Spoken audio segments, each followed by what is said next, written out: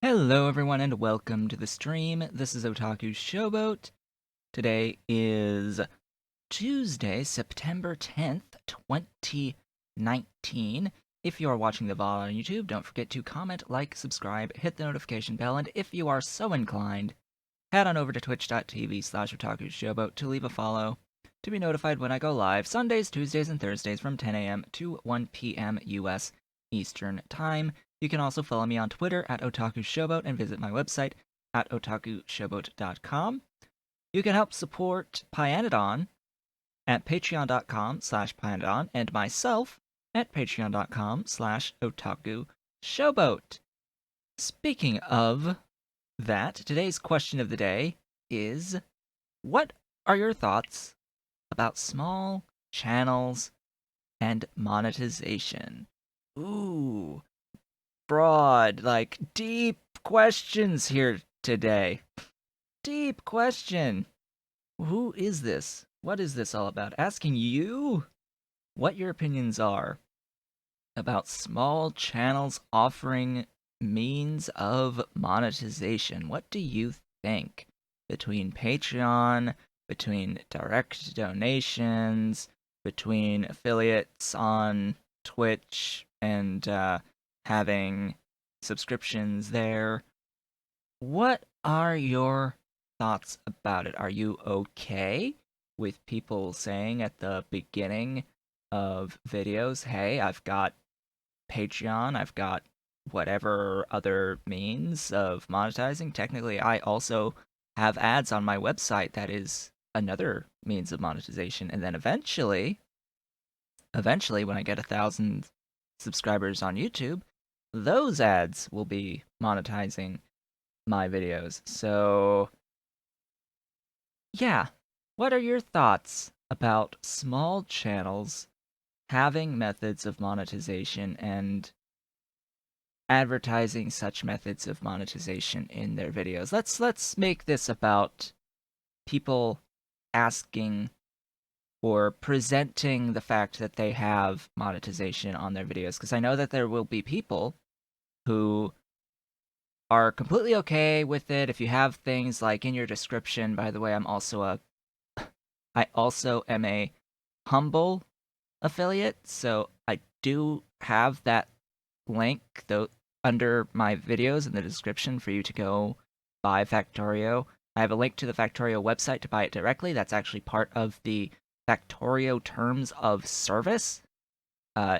To make monetized videos of their content, you need to link back to the Factorio website, and I've decided, you know what, I'm going to link to the Factorio website. I'm going to link to the ability to purchase through the Factorio website, say that you can buy it there to directly support the developers, and you can also use my link to Humble, which it's actually done through Humble anyway, through their payment system, even if you do buy it on their website. So, alright.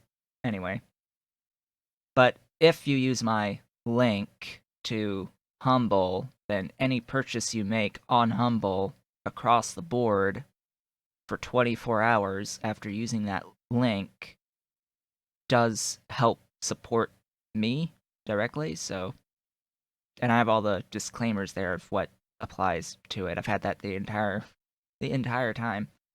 So yeah, what do you think about people having those options while really small, as well as mentioning them? Like, what do you think about that? About mentioning that in like the beginning of videos? Does it like put you off on the videos? Clearly, if you make it this far into a video to get to this question of the day after me saying, hey, you can support Pyanodon and myself on Patreon, clearly if you're here at this point, you managed to get past that without clicking away and closing the video. So, what do you think? Although I know that it might be biased towards opinions of people who make it to the point in the video where I ask the question. Anyway, moving on from that, I actually have to bring up something here. Let me go to this screen. So, I have display capture on so you can see code. It's code. Oh my god, what the hell am I looking at here? You're looking at Lua. Specifically, you are looking at the control.lua file for the actual craft time mod. And what I wanted to point out today is that actual craft time does require some edits. It has not been updated in 4 months at this point. So there are 2 things currently that you need to change if you want to both, just use actual craft time in general for one of the edits, and for the next edit, if you want to use it when you have Pi Petroleum handling installed. The first line here to edit is line 347. Now, what you can do, all mods exist as zip files if you've downloaded them from the mod portal. What you are completely, fully capable of doing, without any real consequence, the game sees it the same no matter what, is you can actually unzip and extract the zip files, the contents of the zip files, into folders of the same name in your mod directory. So when you bring up your mod directory, you can unzip any /all of the zip files in there into their respective mod name folders, and then you can remove the zip files, and the game will pull from those folders, the files from the folders. It doesn't necessarily need to be zip files. So what you can do is you can unzip actual craft time, go remove the zip file for that mod, go into the folder, open up control.lua in a text editor that has like numbered lines on the side. It's very important that you have the numbered lines. This particular text editor is Notepad++. It is free and open for anyone to download and use. So first off, on line 347, by default, line 347 says, if entity name find pump jack, then. Now, what this line is doing is saying, if the entity name, as in the name of the building in this case, has the specific set of characters pump jack anywhere within that name, run this line of code. There is an issue with Pi Petroleum handling in that it has its own set of pump jack assembling machines that you can place anywhere that will grant you crude oil or natural gas for drilling fluid and some other stuff. However, if it tries to run this line, product.extra, specifically the .extra here, is a nil value when it is run on the Pi pump jacks, and that causes an immediate crash to the game. Now, the game handles this elegantly. It's sort of a, quote, soft crash in that the game sees that it's trying to pull a nil value, it gives you an error message, and it pulls you back to the main menu from your save. So to get... Now, it wants to do this to the vanilla pump jacks and not to the Pyanodon pump jacks, clearly.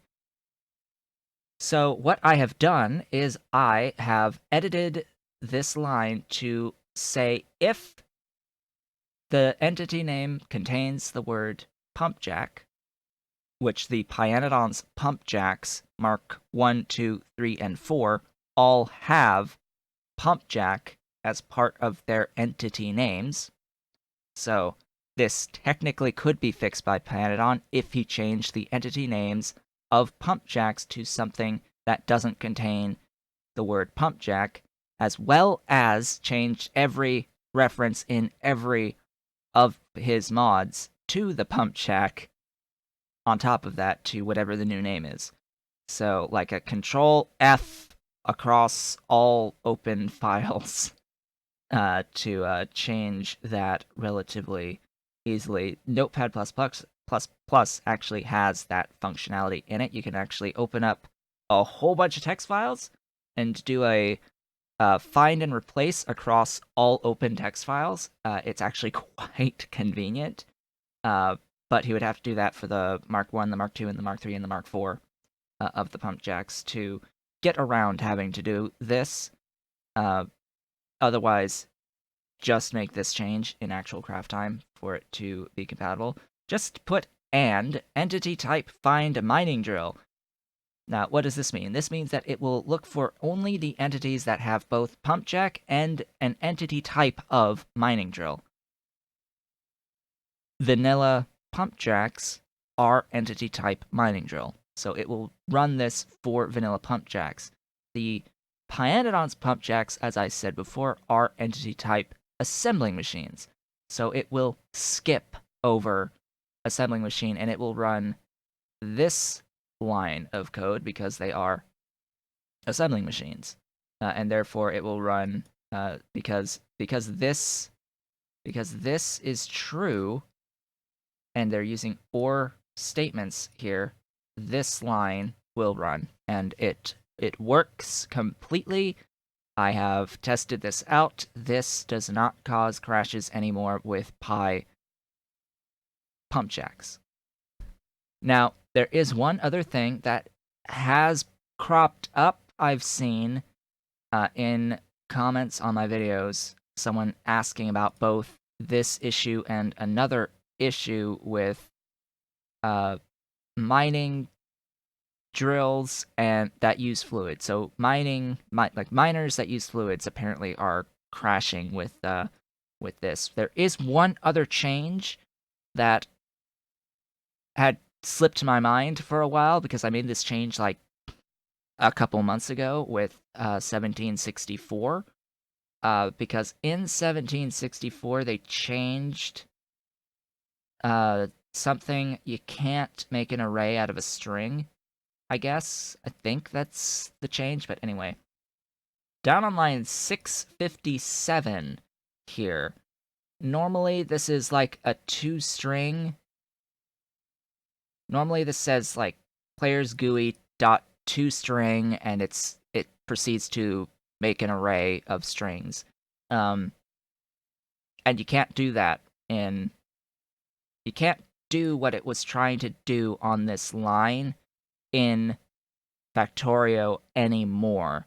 So instead, what you have to do is basically just copy this and paste this in. It's not as simple as saying caption array size 3 at the end. You have to like remove the .to string here, and you have to put the .caption 3 at the end like this. So just you have to replace the whole line with this new way of doing this particular section of code, because this was causing crashes in and of itself back when 1764 hit. Actually, I forget if it would even allow you to load the game in. I think it did, and it was just causing crashes across the board because of this line. So this one is not made by me. This line was not fixed by me. This has been fixed and advertised already by someone else in the forums, and I think on the mod portal page. So I just wanted to present that this morning. Let me go to here. Let's switch back to here while I... Actually, you know what I'm going to do? I'm going to do here, here, here, and load up the game. That's all I really had to say this morning. A lot shorter of a discussion than last time. The tutorial for today is going to be about well, the tutorial that's going to go live later today, as of this day that I am currently streaming, is about getting to the point of your first handcrafting of science. So it is a tutorial slash walkthrough of the Pyanodon's pre-science phase. So starting up a fresh game and starting up a fresh game and playing to the point where you can start handcrafting red science. And just what the priorities are, how to do your transition from burner to electricity to getting what you need to do your first handcrafting of red science. And that video is the longest yet at 125, 26-ish minutes. It's just a little bit longer than the iron tutorial. It is edited as well, and at one point during it, I do increase the game speed to 200% as well. I don't start at 200%, but I do increase it partway through, just because I was sort of running out of time to record yesterday, and I wanted to get it done. I want to maintain my cadence of 3 tutorials per week, and I just really had to get it done recording. So I increased the time.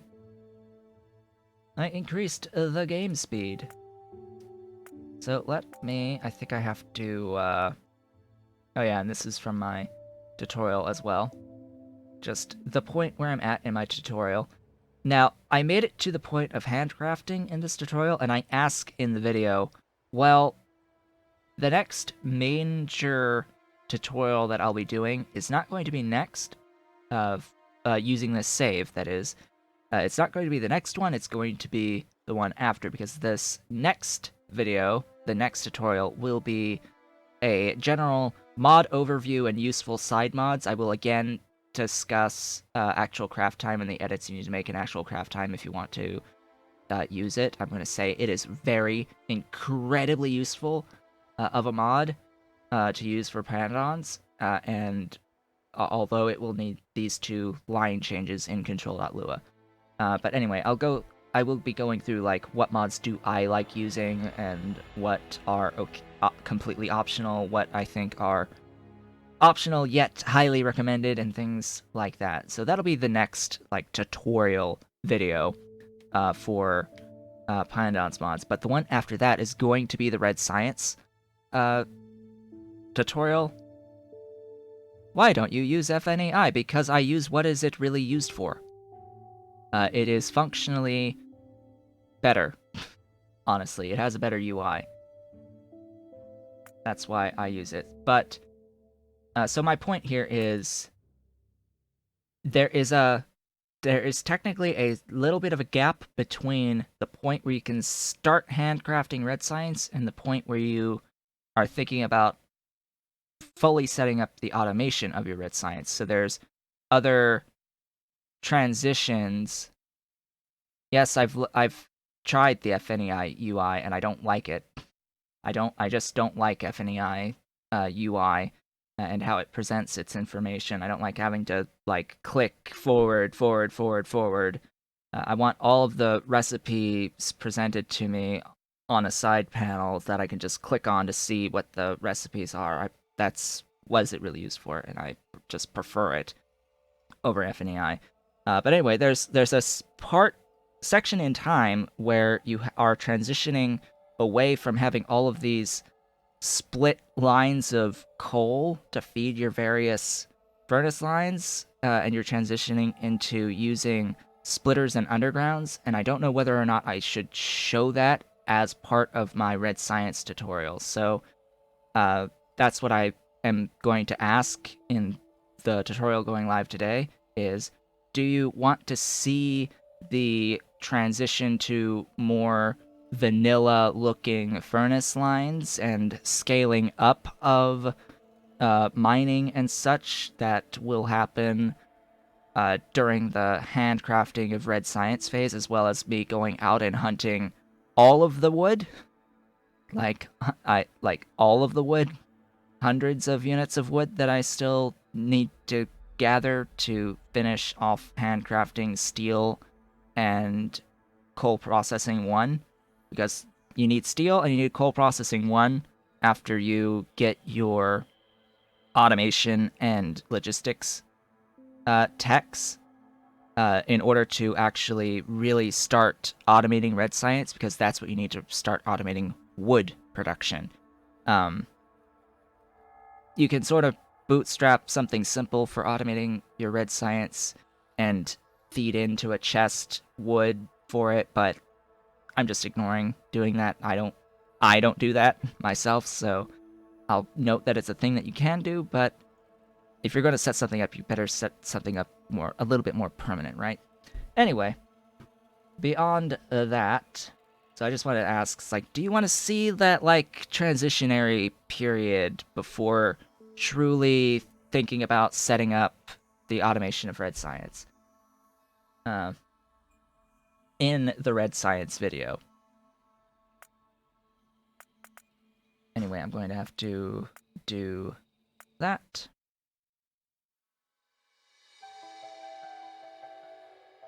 So, last time was all about finishing up the last of the stone wool, like actually placing down the stone wool high pressure furnaces, getting all of the logistics done and power set up to all the Zapier, setting up Zapier rendering, and getting the collagen all set up and powered, and getting the drilling fluid 2 mixers placed. That's what we did last time. Is started making some drilling fluid 2. But we're not quite finished with drilling fluid yet.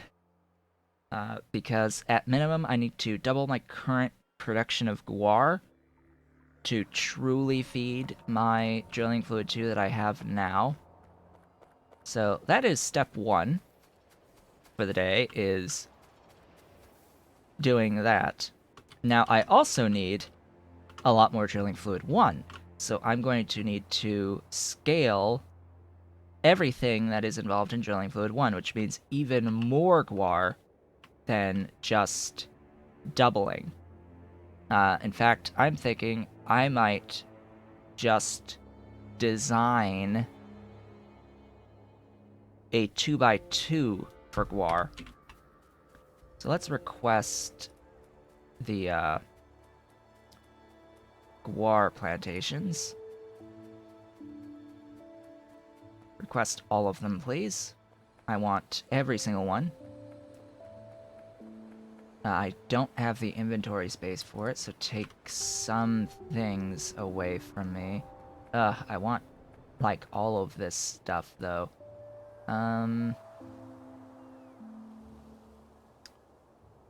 Let's put that in the blueprint library and get rid of it. Same with you.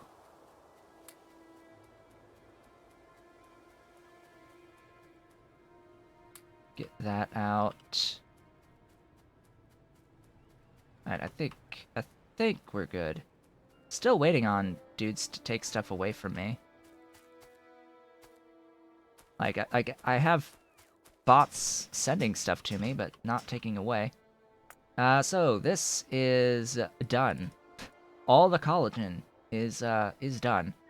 Let's see. I am doing this, right? Yeah, I'm doing that.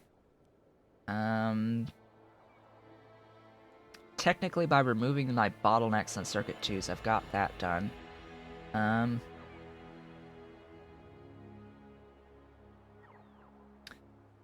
Let's add scale guar for df 1 plus 2 plus 3.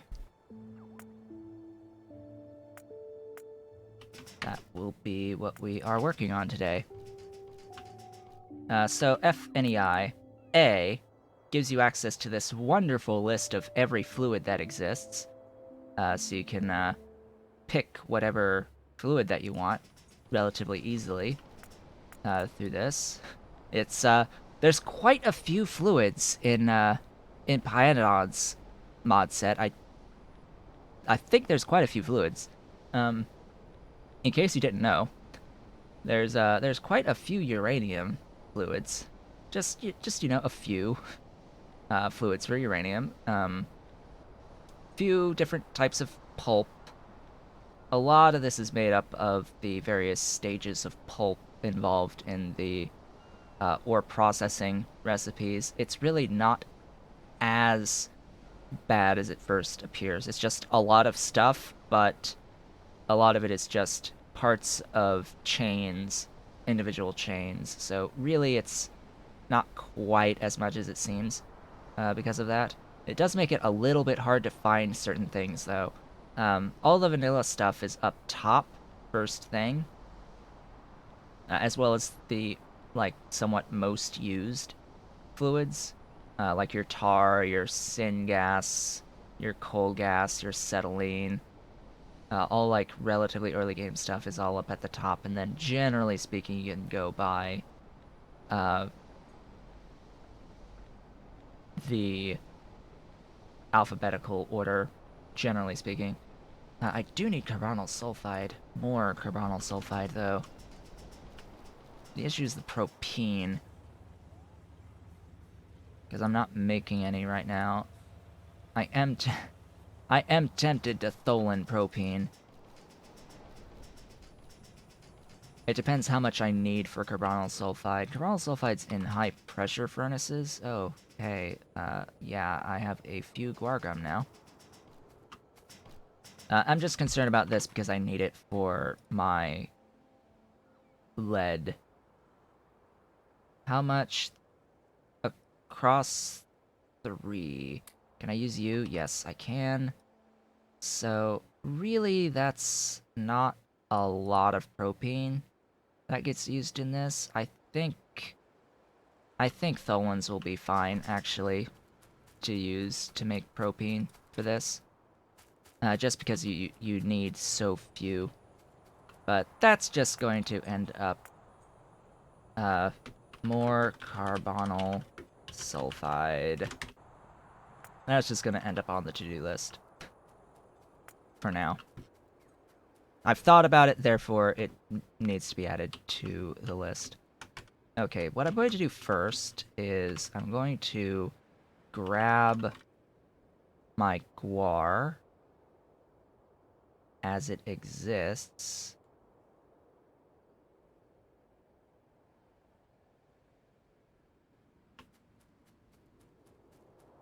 I can't really put it down because my inventory is full. Can I, like, kill? Yes, I can. Good. Good, good, good. Maybe request viewer nanobots. Yeah, I think that's going to be ideal. An ideal situation. You need better bots. Yes, I do. But I am completely incapable of making any additional new variants of bots. Because I haven't gotten to Super Steel yet. Because Mark II Logibots require Super Steel. Is it... Where are the bots? Bots are here. Mark II Cargo Pinobots are Super Steel. I have literally everything else, it's just Super Steel that's needed, and I'm going to only set up Super Steel after setting up my ground boring of iron. That's sort of the plan, is to do my ground boring of iron, and in the process also set up... Oh, you don't have power. Have some power. Also set up high-grade iron processing, and go from there. By doing high-grade iron processing, there will be significantly more iron. Oh, hey, they're taking the stuff away from me now. Cool. It took actually going to where they're being mostly used. Hello, kitty. Welcome back and spraying water all over me by shaking. Thank you for the shower.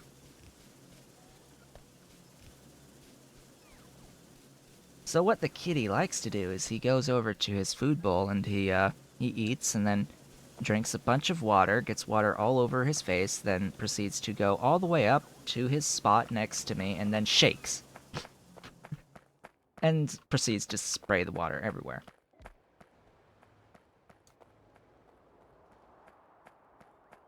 Cats.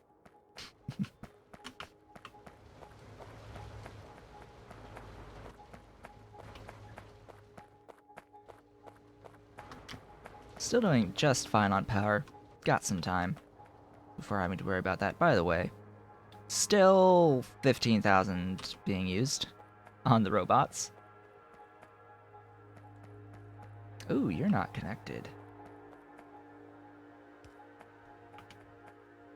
Are you connected? Yeah. See, this is why I go around and I click on random power poles, because occasionally I click on one and it shows up 0, and I know that's not connected. And that means you... Wait, what?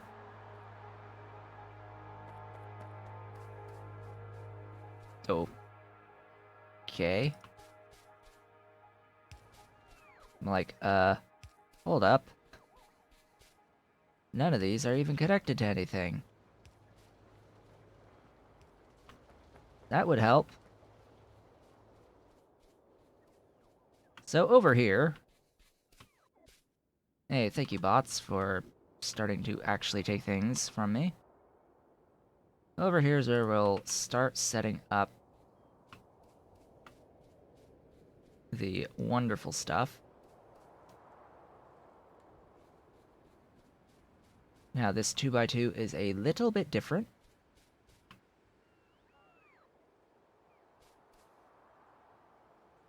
Alright, I think I'd gotten rid of the stuff there. What I'm going to do is shift this down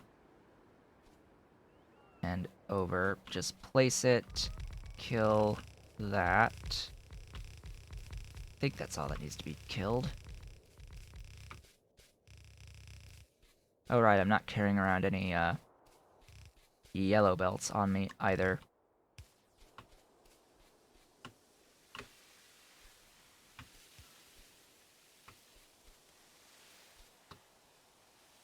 Oh, right. So I totally had one whole belt in my logistic trash slot, and what just happened was a construction bot was so kind to come to me, take it out of my trash slot, and then place it down on the blueprint tile. How kind of it. Oh, right. You take sand. I think I have sand. Do I have enough sand? Better yet. So, clearly this is awfully designed. Like, making bots do this is clearly not a good idea. That has become incredibly obvious. I'm gonna have to, I think, redesign this for direct insertion of soil into washers. Or use belts, something along those lines. But I will still need soil on the network and sand on the network. I just need a lot of sand on the network and a lot of soil on the network, but that just makes this, like, much bigger. Much bigger.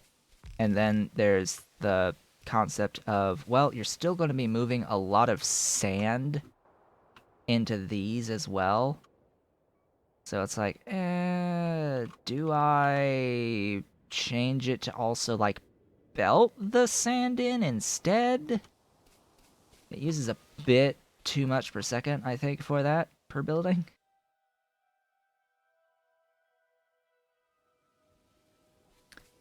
So, this needs to change.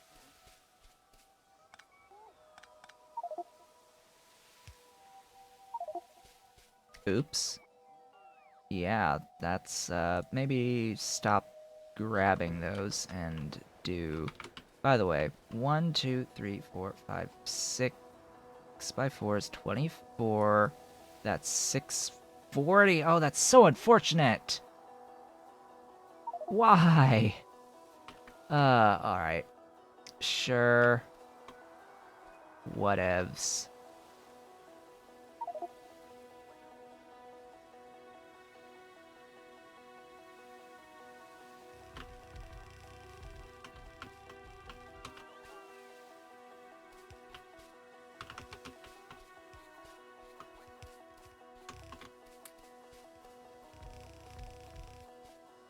So my complaint there was that it's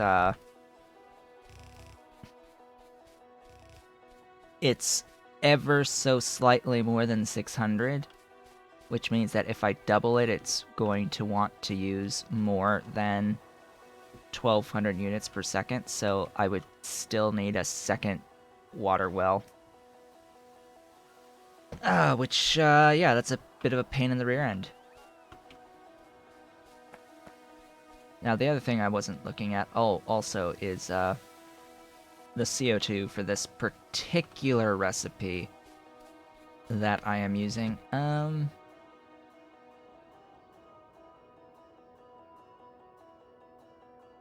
That's another thing, is like, do I still want to use this recipe?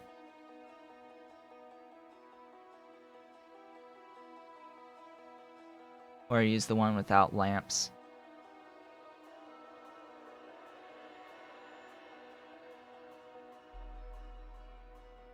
Either way, we're using lots of sand and soil, so I'm just gonna leave it. It's not like the CO2 is expensive or anything. It is completely free.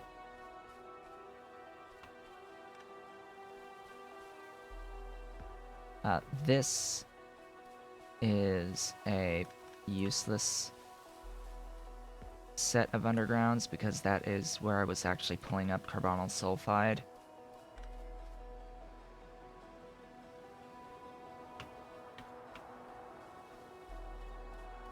Let me see here. Grab that. This should be pretty easily scalable.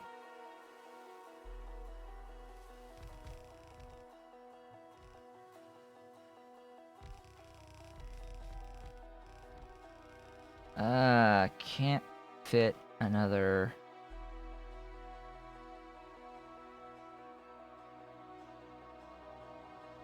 Cannot fit another full line beneath. That sucks. That sucks. Basically, each one of these blocks is... or each set of this is capable of feeding an entire... and a single setup of drilling fluid. Which is why it's somewhat unfortunate that this is the case. Now, this is going to need a few individual lines of CO2 as well. Just a few. Not all that many, just a few. Like 3. 3 throughput pipes of CO2. Like, it's fine. I might actually have the space underneath to make the amount of CO2 I need. Yeah, let's do that. Let's actually locally make the CO2 that I need. It's not that I don't have the CO2, it's just that it's useful making it locally. For this, I will need to grab some of these, or have these brought to me, I should say, because we will be converting logs into organic matter and converting the organic matter into CO2. That is the best way to get CO2 in Pyanodon's mods, is converting logs to organic matter to CO2. It's a pretty simple process. I will note that the guar as well will produce plenty of organic matter in the seed phase, which I have here. The seed phase also produces lots and lots of organic matter. It produces a lot of seeds, too, through the solid separators, in which, currently, I'm just converting all of it into CO2 and burning excess. But even then, while I can make more than a full throughput pipe out of what currently exists, there are pipe logistics to have to worry about. Let's see, have we got these yet? Oh, thank you for inserters. For bringing me inserters. Oh yeah, so the updates to the Pyanodon's mods that I talked about in the previous stream have still not been made live yet. Just wanted to point that out.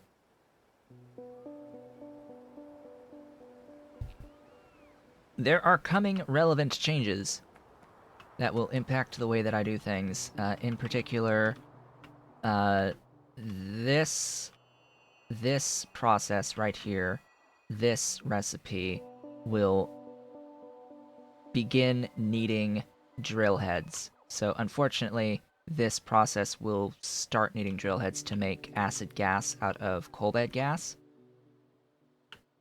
Which is fine. I'm okay with that. It doesn't necessarily matter. Oh wow, you don't. How do you not? All right, there you go. It doesn't need the power, but I'm gonna do that anyway. The vanilla recipe uses just water and petroleum gas, and you can actually get petroleum gas. So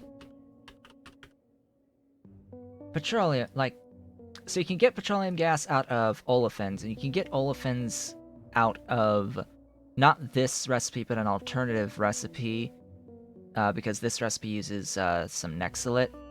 You can get it directly out of aromatics.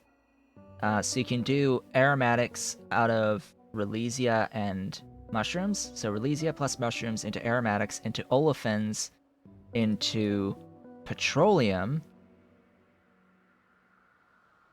into sulfur. And that'll give you sulfur. And then if you need sulfuric acid at that point, you can shove iron into it. Now, oh yeah, also new graphics on vanilla chemical plants. Yeah, that's totally a thing. It's green. Right, they colored the smoke. They colored the smoke stack to whatever color the fluid is, right? Or is it always green? I think it's colored to whatever fluid's coming out of it. Anyway. Or maybe not, because this is clear here, producing sulfuric acid, and in this recipe it's green, also making sulfuric acid. So maybe it's I think it may be a definition that needs to be defined in the recipe. Maybe there's a new color definition that lets you decide what color the steam is on these recipes. That would make sense to me. But regardless, if this step needs drill heads, that means you are inherently consuming both a bit of iron and a bit of chromium. Iron in the form of iron and steel and chromium. in order to get your sulfuric acid, whereas this recipe is just straight iron plates. I'm unsure which is more efficient. I am pretty sure this should still be more efficient overall in terms of the amount of plates that go into it, but either way, you can get as much sulfur as you want completely for free from biotics if you really so desired. Ah, the lovely little tangents we weave. We go on these wonderful little thought trips on things that you can do. Oh, of course, the other major change that is coming is the fact that wherever I built it, where did I build it? Oops. I'm lost. Here. The fact that this recipe will no longer exist, hot air-based iron plates out of iron oxide, that recipe is going to be removed. You just have to do non-hot air version of this, so I can just delete this. It's not a huge difference. Either way, it's like, it's not that much of a difference between the two, but it is a not zero difference. It's not as extreme as 50% difference like with most of the early game stuff when setting up your hot air.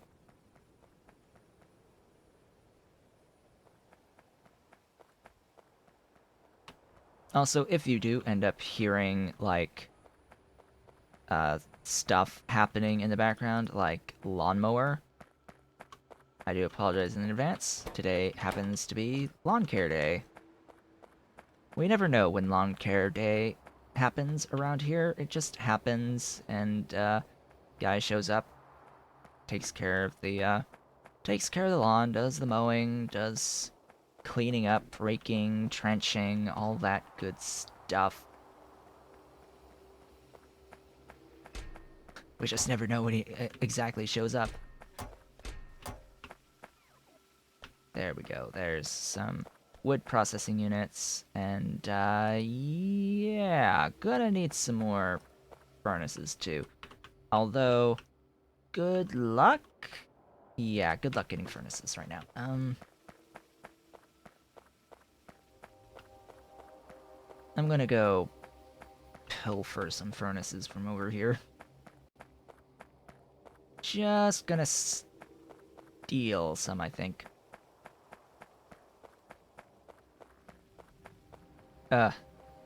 Some of this ground is making me move slowly. Oh yeah, that's another thing we did last time. My storage of 1 million units of blood. Blood storage. Can't say we're lacking blood anymore.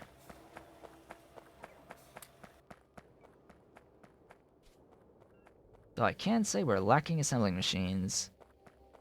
That is an issue. Really could use about another 10 grand in bots, though. That would be ideal. Another 20, I would say, would be great. How many do I have right now? 15,804 all in use. I wonder if there are a not insignificant amount that are, like, stuck. How many are stuck out here again? A few.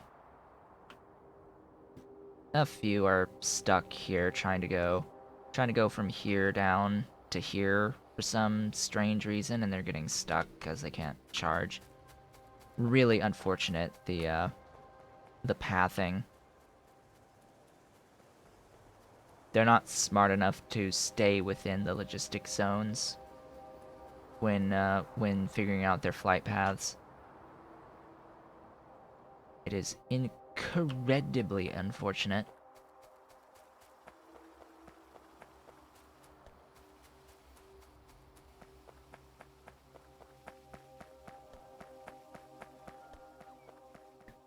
Alright, let's go get,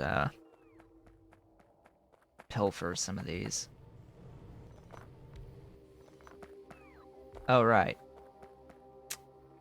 Let's not have nanobots on.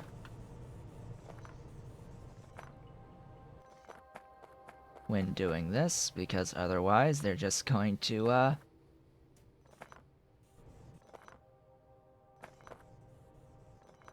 they're just going to do things.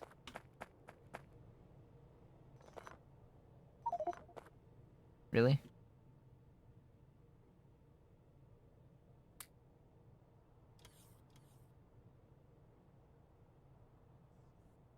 I don't really care about UPS. I would still be playing, designing and scaling at 1 UPS, like, straight up. Even at 1, we'll still be moving.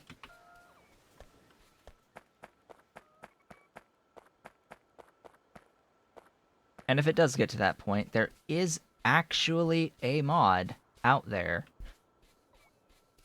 to help with separating frame rate from the speed of the game.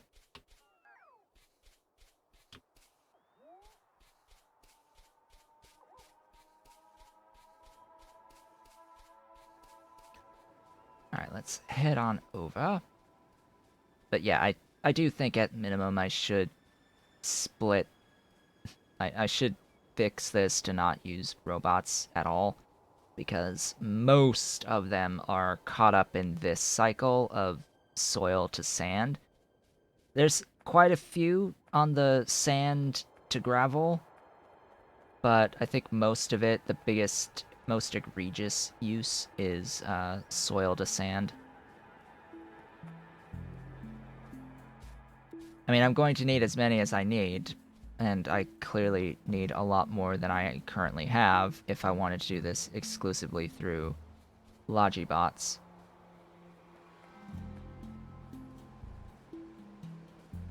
That might be the next project.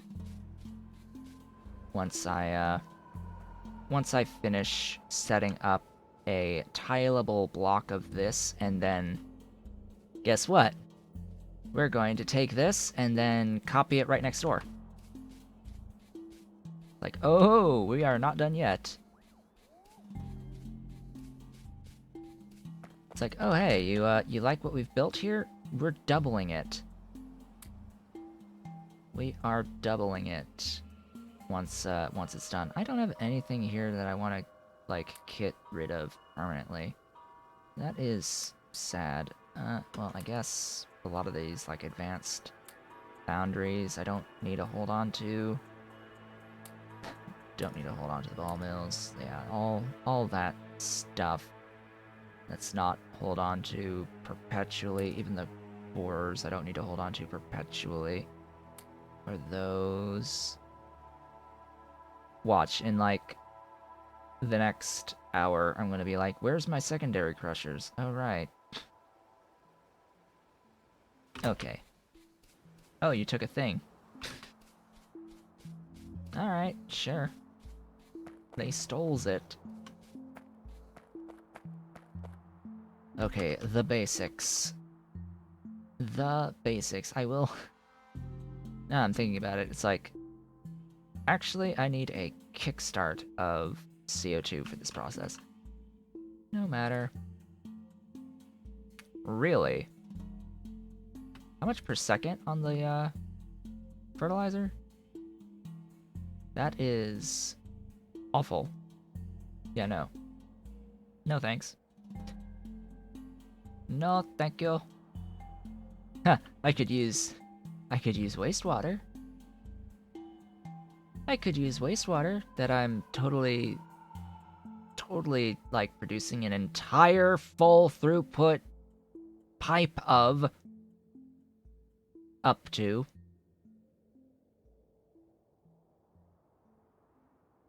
Tailings are also free, but not the best use of tailings. So, honestly, water and CO2 is the, like, one and only best recipe to use for logs. The others are situational, helping to deal with byproducts more than anything else.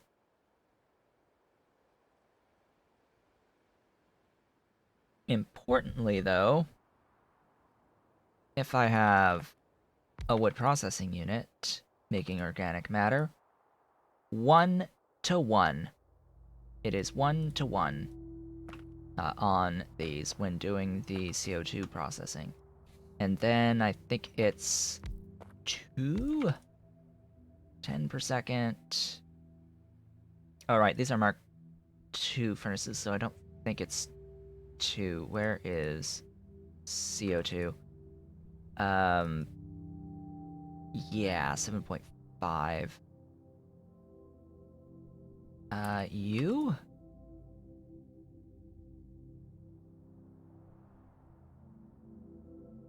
Yeah, I'm willing to do this. And having... No, don't steal thingies! Give it back! Right, my nanobots were off.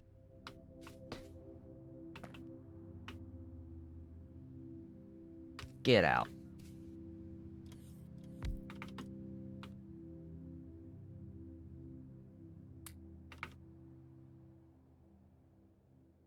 What were to happen if I were to do... It wouldn't be 1-to-1 anymore. These don't use modules. That's the one downside of nurseries. They don't have module slots. Yeah, I think I'm okay with that. Direct insertion into these 3 is fine. Getting 313.2 for each setup. I don't think... I don't want to do this, like, elegantly. Let's do 1 tile away.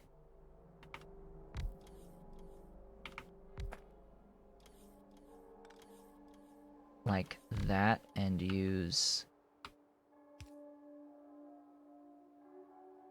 loaders.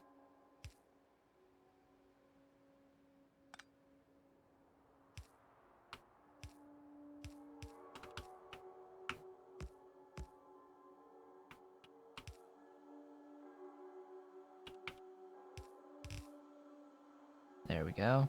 Then are you 2 tiles? Oh yeah, I thought ahead on this.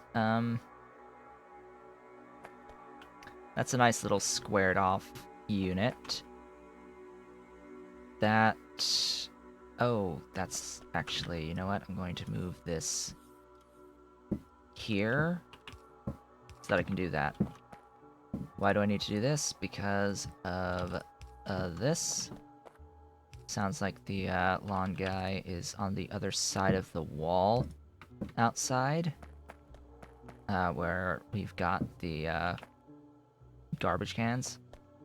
We sort of had tropical storm force winds from this storm. You may have heard of it, called Hurricane Dorian, go through the area. So the lawn might be a little bit messy in terms of twigs and branches and all of that today. Just a smidge from tropical storm force winds in our area. Of course, the cat is hearing the sounds off the other side of the wall and is looking at the wall like, what is that? This is tileable, right? Like, I can tile this. This is actually, I think this is blueprint worthy. Is this blueprint worthy? Sort of. What it doesn't have is just the connection there. Nor does it have power. Now it has power. Just connect it there. This is blueprint worthy. Yeah. Just Add an initial source of CO2 and water. Of course, my water is going to be one of you.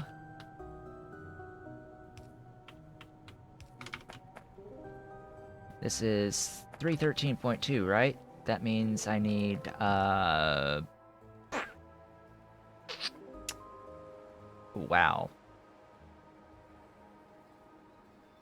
Wow. Oh, yeah, that's another thing. This is gonna need a lot of lamps. This is gonna need a lot of lamps. Probably a lot more lamps than what I have right now.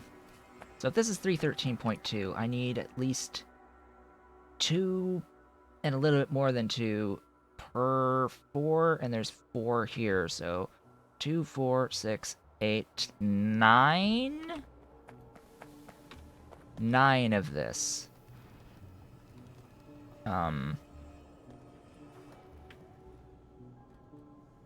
Let's cut. Thank you, dudes, for stealing my stuff.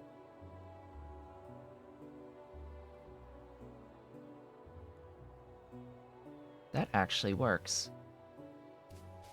Just saying that actually that works. Now, if I'm going to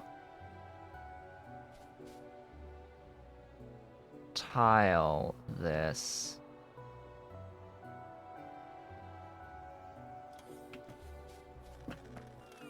actually, I'm just going to do it here. I don't technically have to, yeah, I don't technically have to have that one tile gap if I really wanted to. But I do know that every 4 is a full throughput pipe. So now I have to isolate the next sets. That's 4.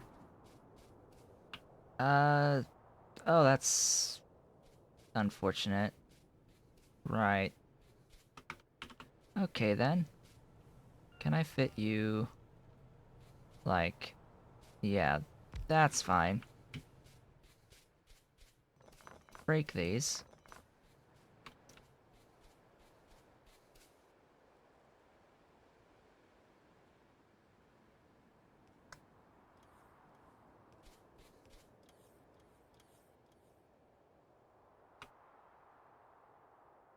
And remember, I just need to keep stuff separate down here.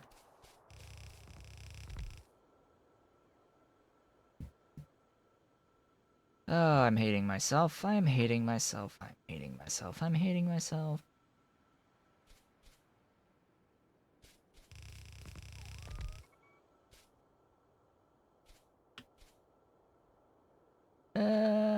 You suck.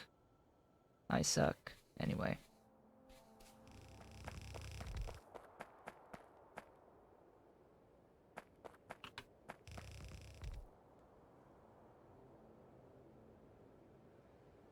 Nine. There. I did it. 9. 9 thingies exist. 9 setup squares exist in this 2x2. Granted with a little bit of, finagling. Now, if I was gonna do this anyway, you know what? Let's, yeah, if I'm gonna have to do this anyway...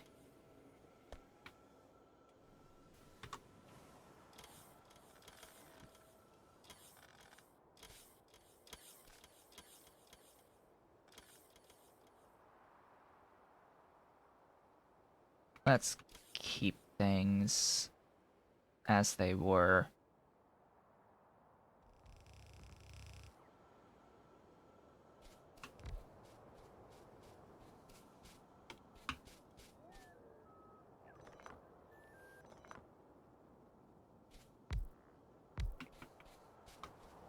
know that wasn't like that, but anyway.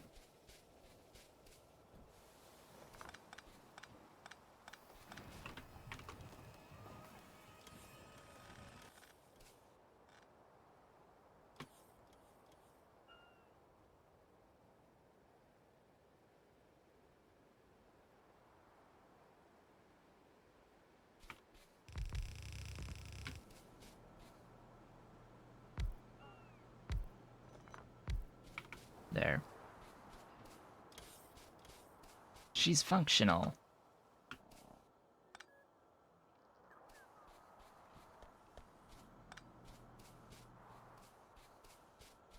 Just add, like, one of these.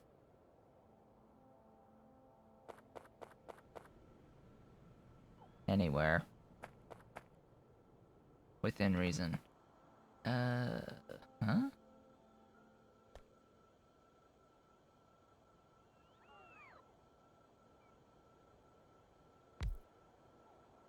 Can I do this? I can, and I will. Welcome, water.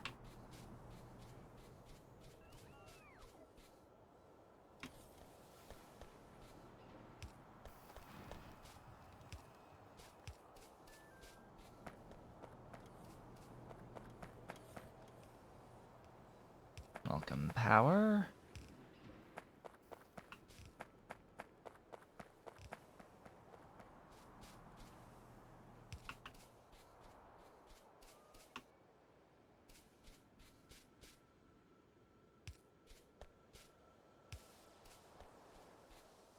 Ooh, you are not in network. What? Oh, because that doesn't... Clearly, that doesn't have power. Now you should be in network. There you go. Right? As soon as you get electricity...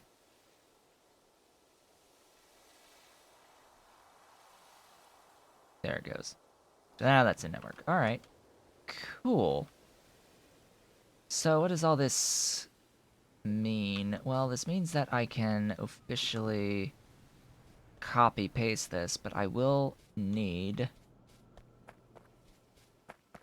an initial bit of oomph. Yes, some initial oomph is going to be required. You are off.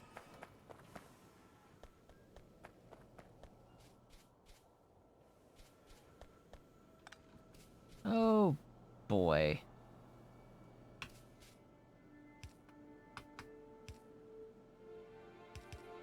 Well, fine. Whatever.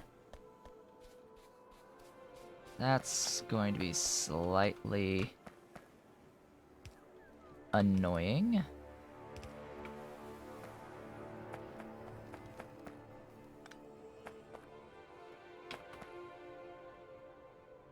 I knew it would be a little bit off, but not by this much. Alright. Let's see. Let's think about how I want these to be managed.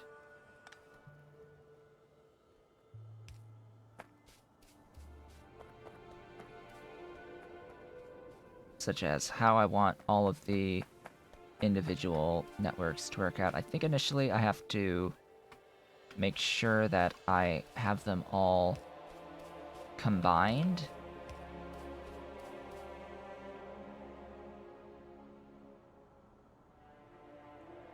Oh, because you are quite literally upside down.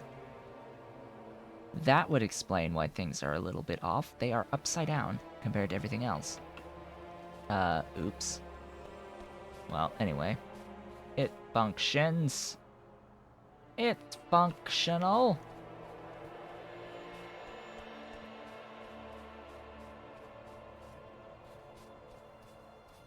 But yeah, for now, so that I can more easily bring in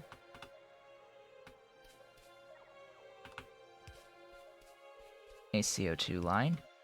Where is my closest CO2 CO2 line.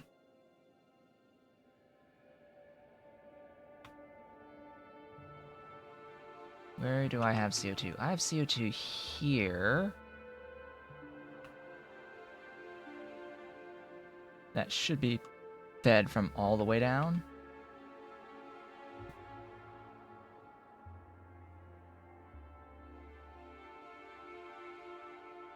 Where are you getting your CO2, my friends? Yes, all the way over here. Yeah, so that makes some degree of sense. That's being done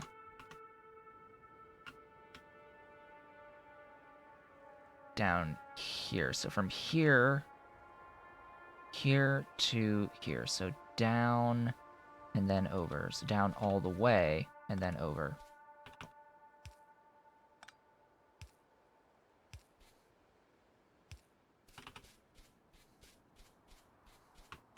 And maybe it might be a good idea to use an underflow valve here.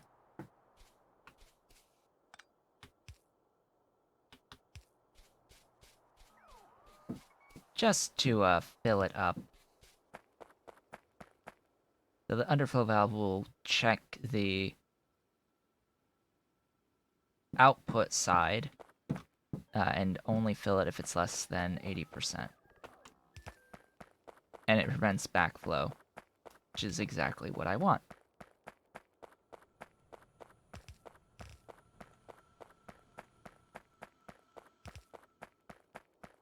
Whoa, that was a rogue underground there.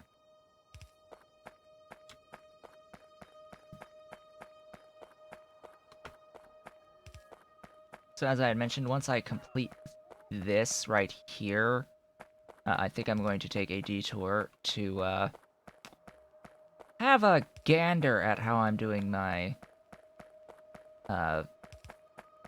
soil into sand. It was here, right? This line? Yeah, it was this line. Cool. Either to do something instead through direct insertion of soil to sand, maybe leaching a little bit off into having available soil.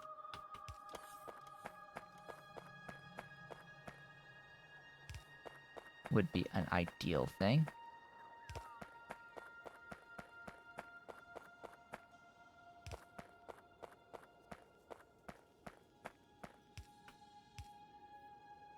Doink. And there we go.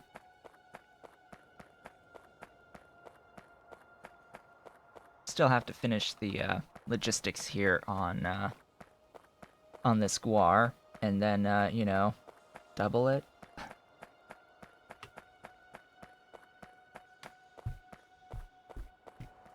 Doubling it up. Very important. Very important. I want to have way more than enough guar. I don't want to have to think about it for a while. But then again, it's very likely to be quite limited by my lamps. Yeah, very likely to be limited by my lamps. You should be moving now. All of these. Not these for some reason.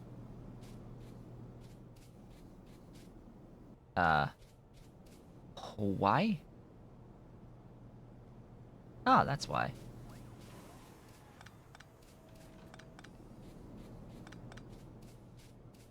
Oh, that would explain things. There might be a similar situation elsewhere. Doesn't look like it, though.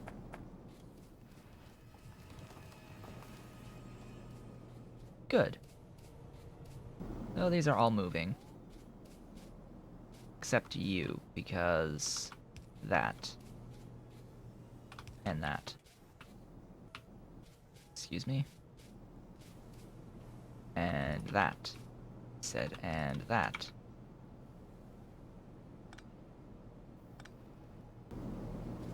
There we go. They move. They live. It's alive! So I no longer need this input, necessarily.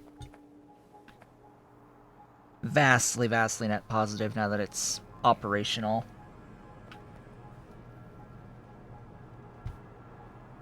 And producing a lot more than full throughput of stuff.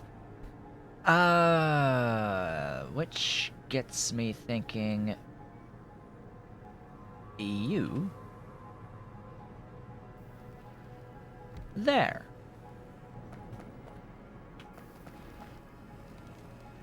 Now to get the individual arrays of output into the thingy.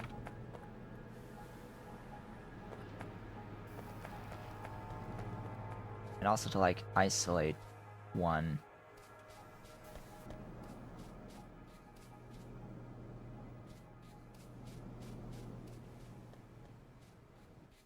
So why do I want to, like, combine everything into this? Well, this will act as a bit of a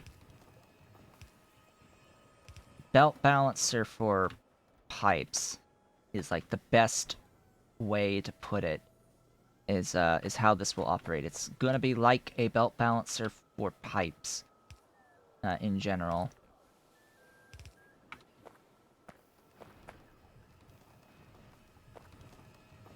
Yeah, I think that this will work. I think that this will work. And this will have four available for outputs, which is fantastic. Of course, this complicates things a little tiny bit, but anyway. Why are you...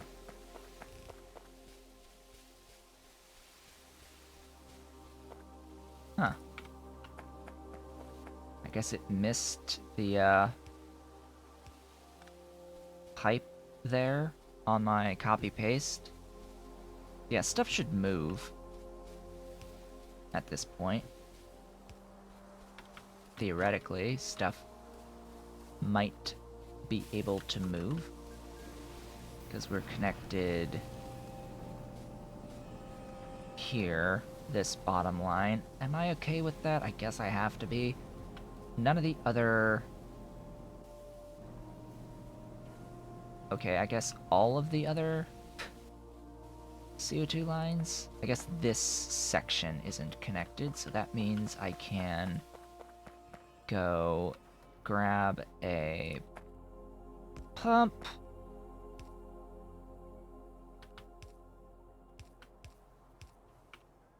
And be like, hey, have some CO2.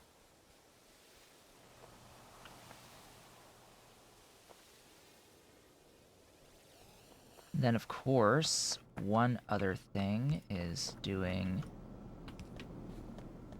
this.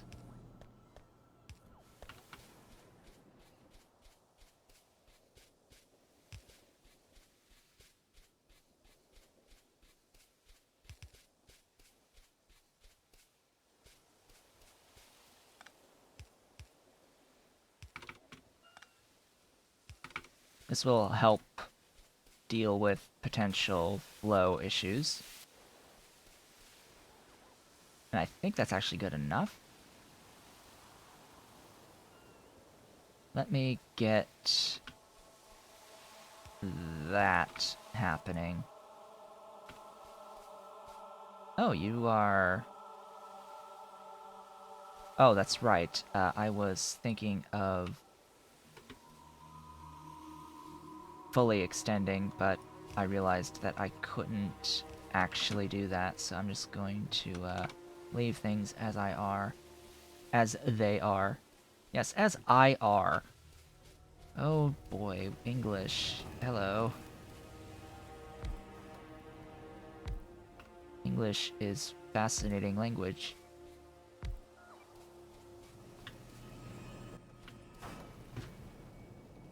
So, this is now copy-pastable, I think. maybe.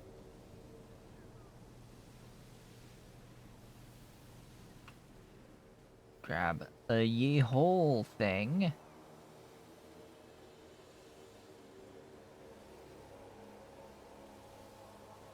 Yeah, just casually grabbing a whole 2x2 and walking over and plopping it down right next door. Like, oh hey, hi guys.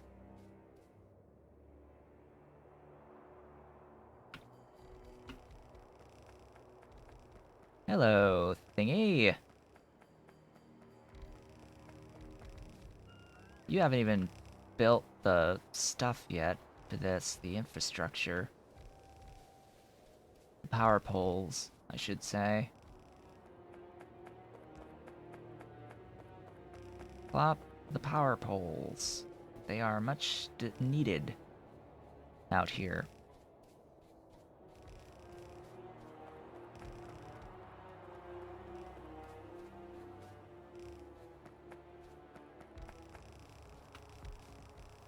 Yeah, let's not request those anymore.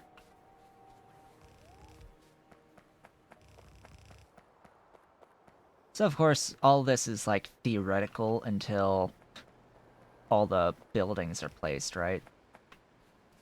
It's like, theoretically I have this as the potential total output, but chances are I'm not actually, like, able to use it. You don't even need to exist.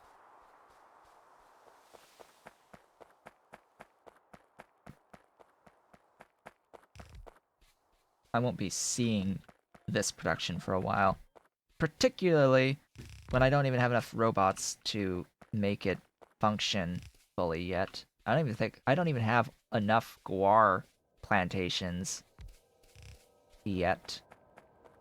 They're still being produced. Used everything that I had of them. Okay, so now that we're done with this crazy idea, oddly enough, I think that my processing of the guar into guar seeds that I already have is fully capable of processing this much. I'm pretty sure what I already have for the seeds can process this much. I will, though, need to do a little bit of that.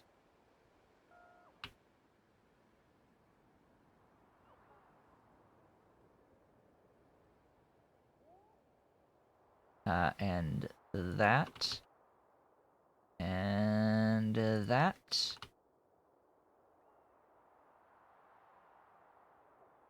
And that. And that. And that. Yeah. Yeah, that should work, right? That should be enough, of guar gum to take care of these 8 new blocks. If that's enough for one, more than one, then that's 2, then that's extra 1, 2, 3, 4, 5, 6. It'll be close. It's close enough, right?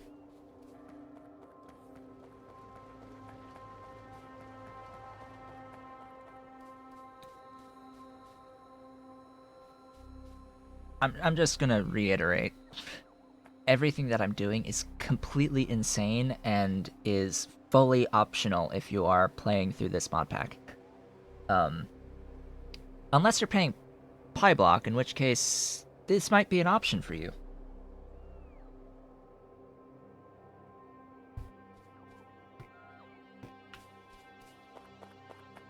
Just gonna throw that out there. It's like, oh, I am playing quite literally in a way consistent with a C-block style, just without needing to place down tens of thousands, hundreds of thousands of units of landfill at the moment. We're growing. I mean, like, think about the scale that we've built thus far in this little grid. compared to what the base looked like prior, the base prior was actually somewhat distributed. It was all belt-based. There's not a single unit of rail on my entire map thus far. It's all belts going out, snaking out to various resource patches to gather things. And now everything's all been smushed and concentrated together with the power of robots. So I need to redesign this. This is the next mission, in fact. So yeah, that's done. The next mission is to redesign soil plus sand production for less bot usage. Add to top me, save, minimize. That is our current mission. Also, it would be great if things were actually powered.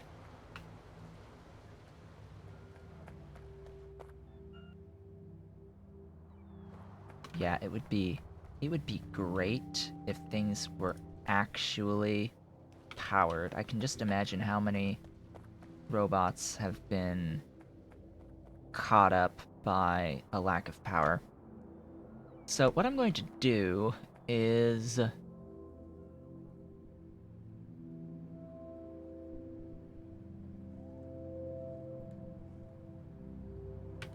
going to place 2 more 2x2s above this. Design something fresh here, and then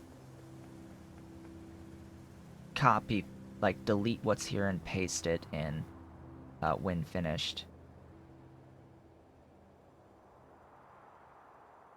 That sounds like the plan. The plan of the day. Wait a minute. Why? Hold up. Hold up. You? What? Why is this off?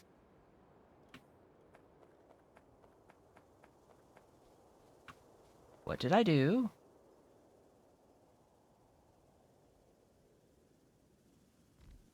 Place?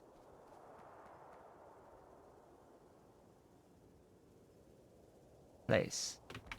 Okay. The thing was off, like, 1 tile higher in the initial placement. Yeah, I should have the nanobots. Cool. Ah, thank you for stealing things to use. Alright, well, I guess I have space for that. May as well use it.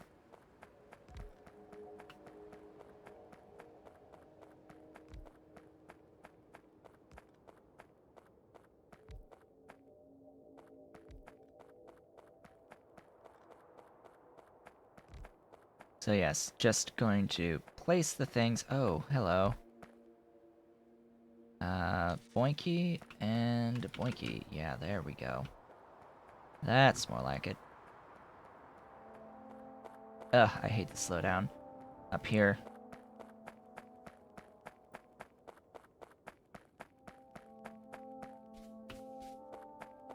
Am I, like, holding onto a car? No, I'm not. And I'm not holding onto any engines with which to... Ooh, I am holding onto engines with which to build cars. Sure. Yeah. I will take car. With which to use to place things more easily. Just watching out for rocks along the way. Still going to suffer from the slowdowns from the terrain tiles here. Unfortunately, this is a terrible terrain to have to deal with. It is volcanic zone.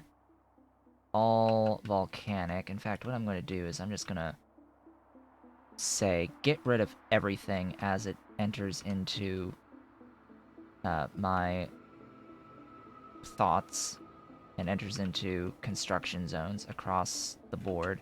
I've already sort of done that for the most part, but yeah, everything you can currently reach, go get rid of it for me, please. Now, I am going to have to leech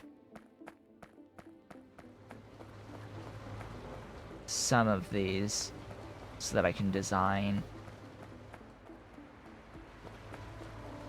So I'm going to pull off probably 4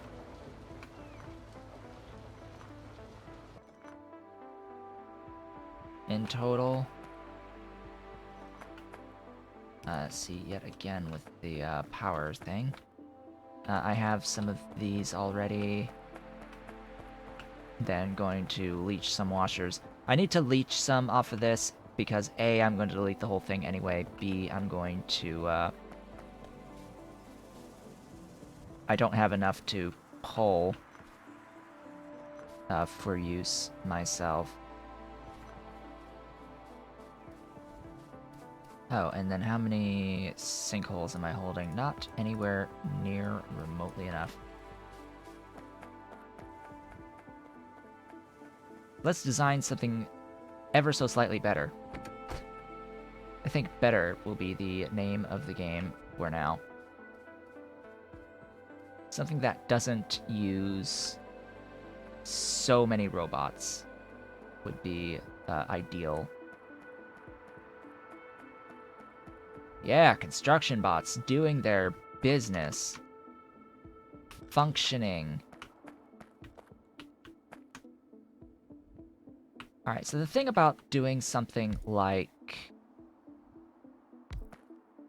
Actually, let's have a gap of 2 for loaders. Doing something like this, which I had done way earlier in the game on quartz. Remember way back when we did quartz initially for glass processing? This was the type of setup that I had used. It's not actually quite 2 to 1 though.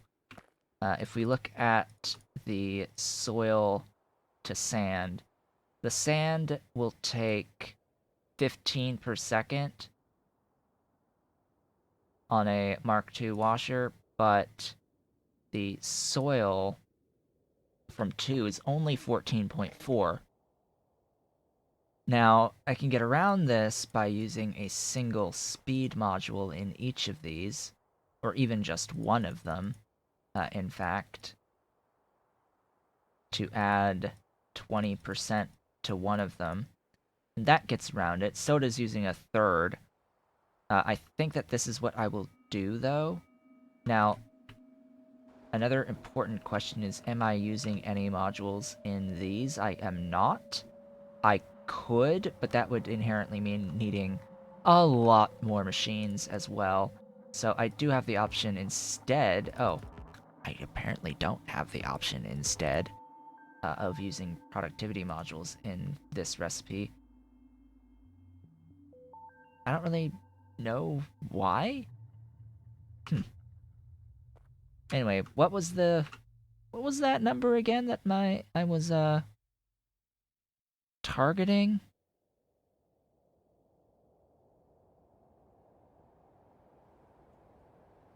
But I don't know.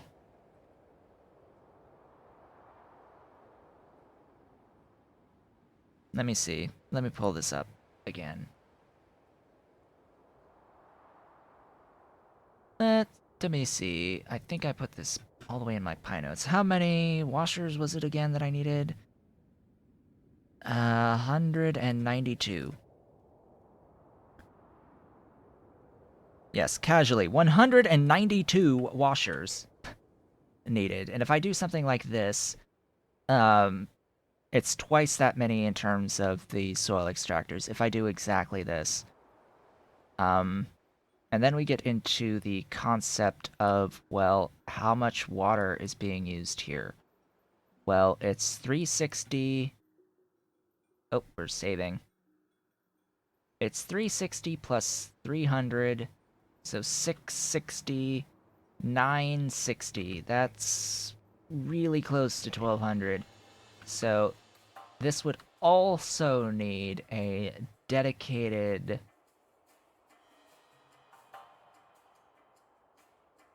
thingy. Where's my thingies? Thingies? I don't have any thingies. Stone water wells are the thingies that I am referring to. The stone water wells. Oh, right. I didn't want that taken away from me. The stone water wells.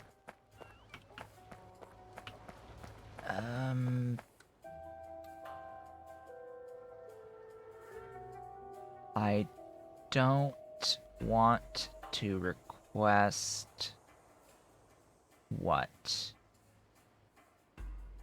I guess I can stop that request for now. Give me like all of these. I'm gonna need lots of them.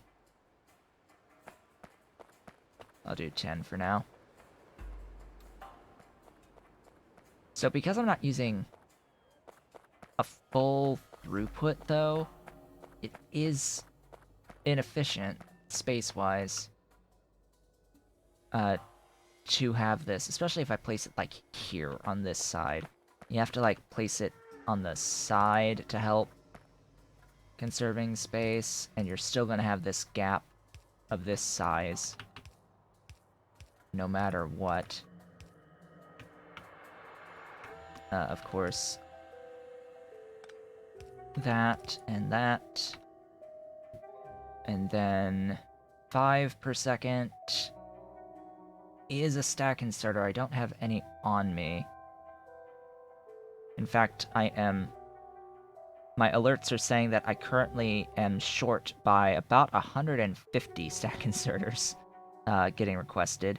Like 150 high pressure furnace Mark IIs, another 130 something Mark II soil extractors, another 128 washers, 39 assembling or automated factory Mark IIs, 24 speed modules, and 22 DDCs are all being requested right now. I'm sort of the me in the corner is hiding my alerts right now, but yeah, I need a lot of stuff right now that I'm short on. But I think I can design around this. So this times 192.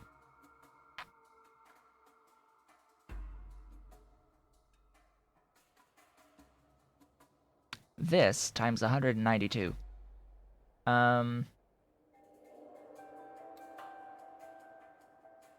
There is another thing that I wanted to take into account that I'm not currently taking into account that I can take into account by changing this up a little bit.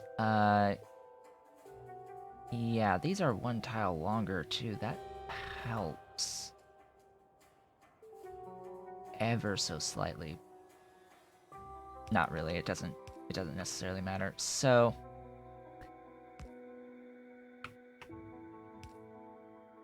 output priority there. Remember what I said about needing to have an extra thingy? Like being able to output excess. This is how I will output the excess.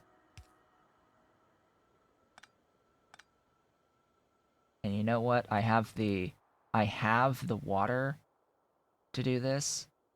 So I will do speed module there as well. And that means I can just mirror this.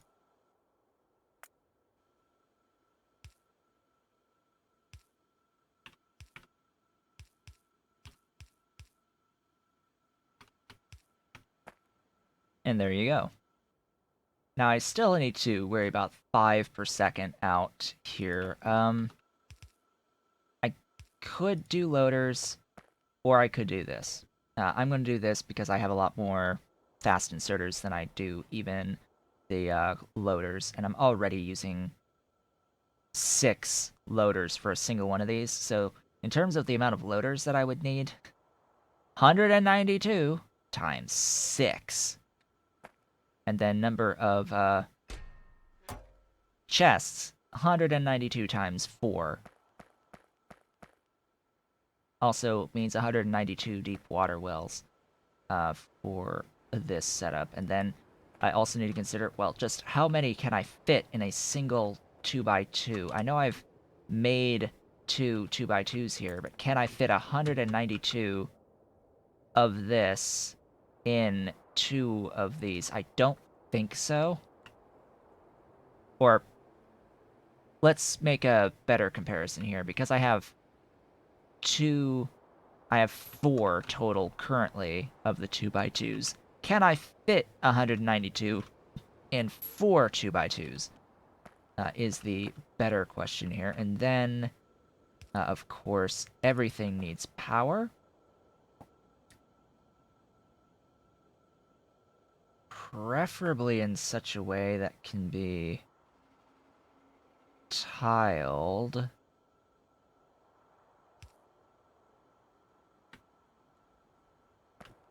Does that reach? No. But if I did that, will it reach? Yes, it will. I'm just looking for something that is tileable, that not necessarily connected to power.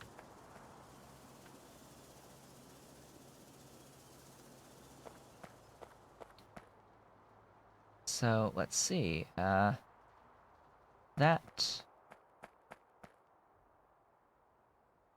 And that. Oh, and as you can see, it doesn't evenly fit across. Well, what if I treated it as a,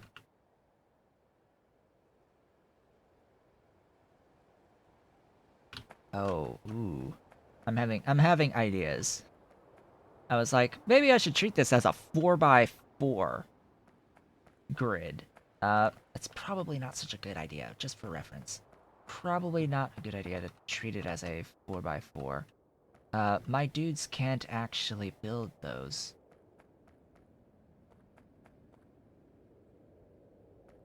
Right.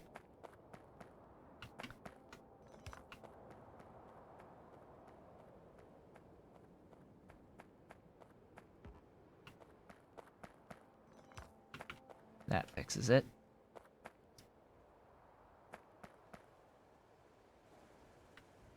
Well, anyway. Copy. Reverse.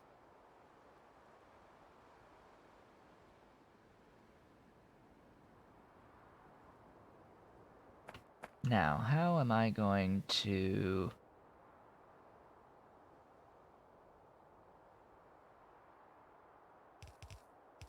do this in such a way that none of the water is connected? I think I just have to do it like that.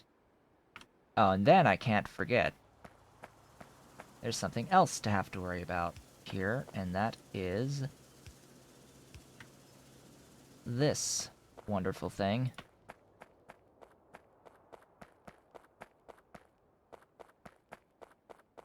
Glorious pipes need to be taken into account.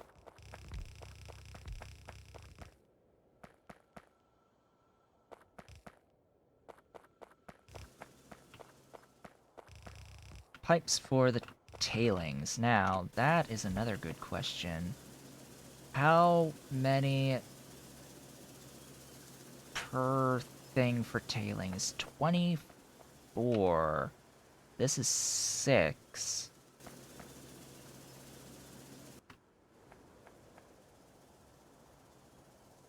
Six times 4 is 24.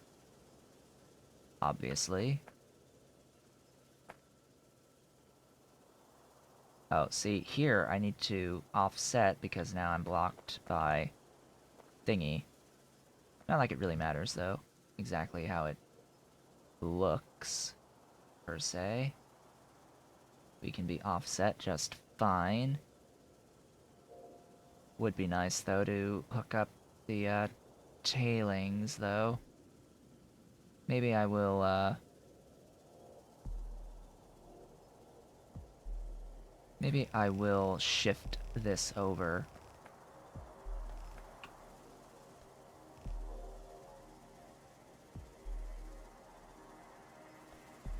Yeah, I think you will be shifted.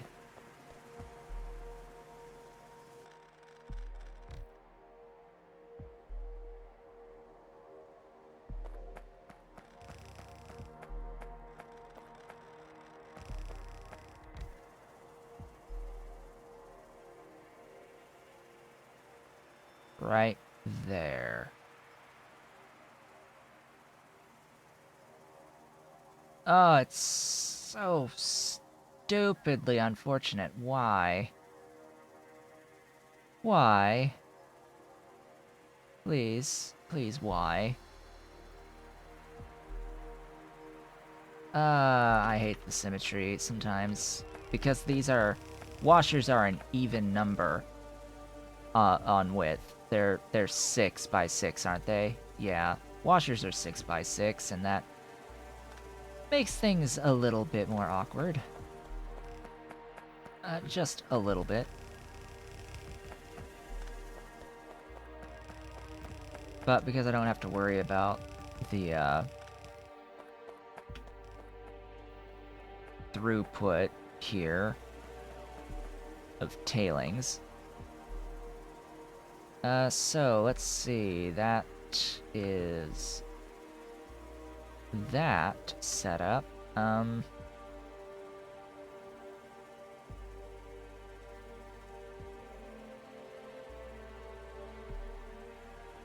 Okay, what I'm gonna have to do is this.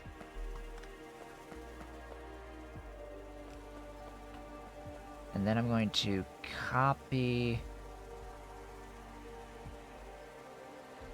like that, I guess. And then like somehow that's not gonna work.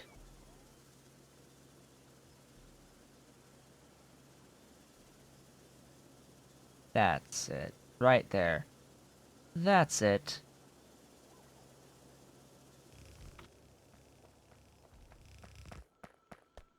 And then I can do this.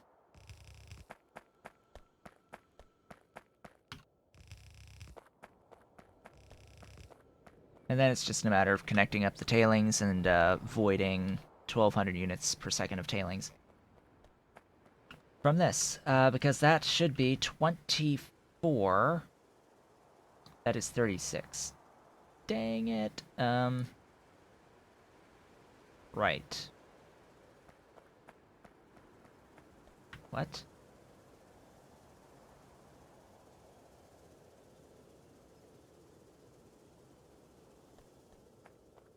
No, this is 18. 18.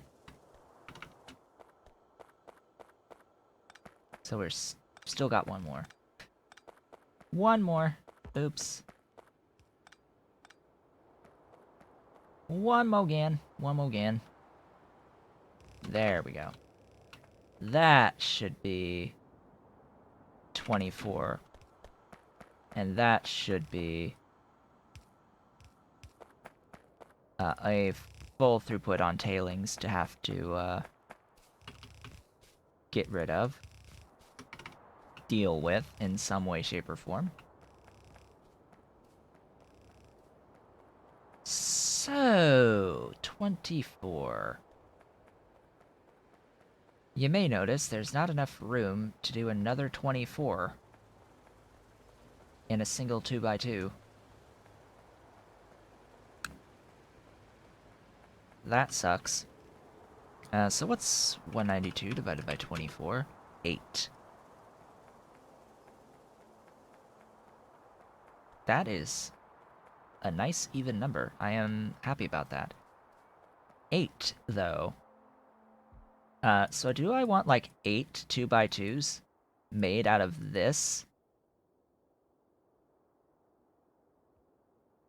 with all this extra space. I do need space to do voiding of tailings. Do I need this much space, though? Probably not.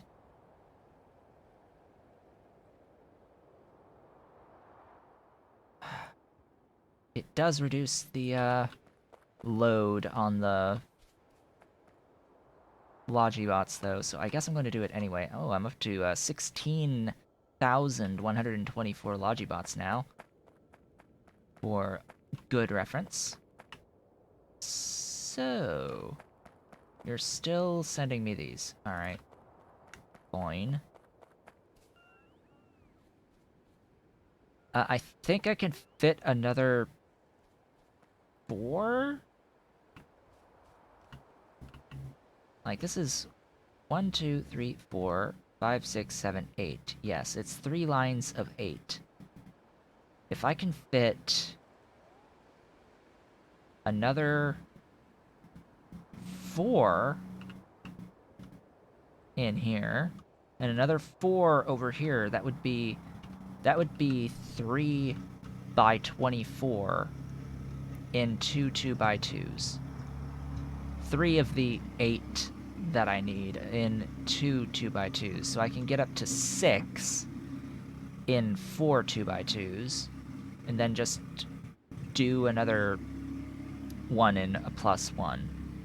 Or just do another +2 and have extra sand and extra soil. Because remember, I am overproducing soil in this to have soil on the network, but I'm not requesting the soil to make sand here.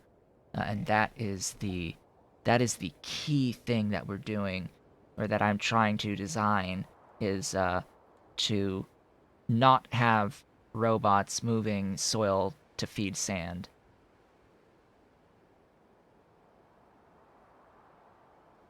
There's going to be a big usage to do sand into gravel through clarifying. So this is going to demand the attention of a lot of robots moving sand, but compared to the amount that's trying to move soil into sand, it's double. It's double the amount, and it's a lot. All of my Logibots are in use right now because of it. So, given the options,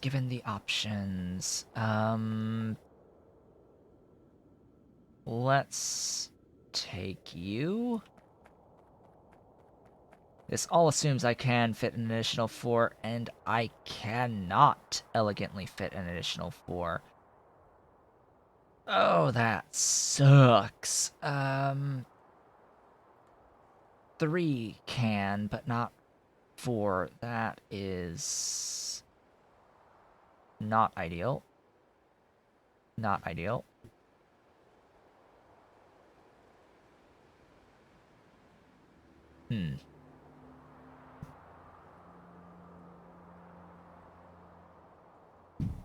What is the...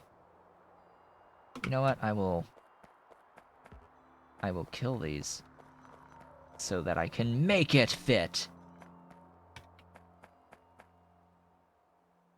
I'll make it fit.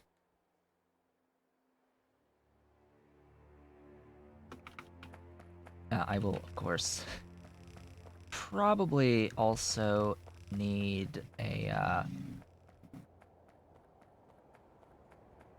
I will need a RoboPort, like, here.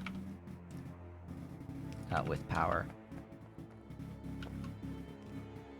Did I not just say with power, not without power? Totally said with power. Thanks.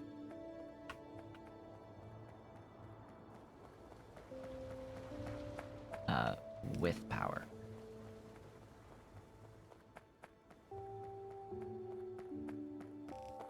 Connect all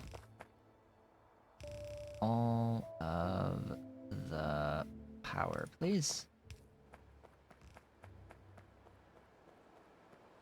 Alright. It works. Not as elegant as I would like. But it's working thus far.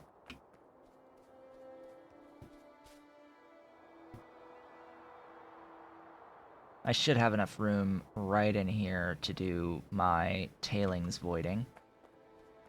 So I'm not too concerned about that. What I am concerned about, though, is now I need to copy this entire thing.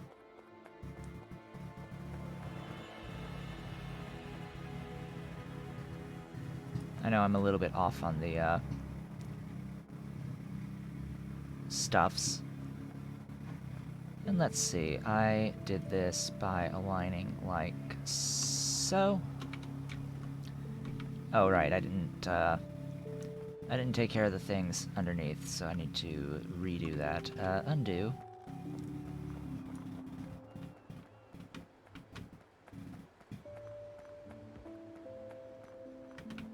There we go.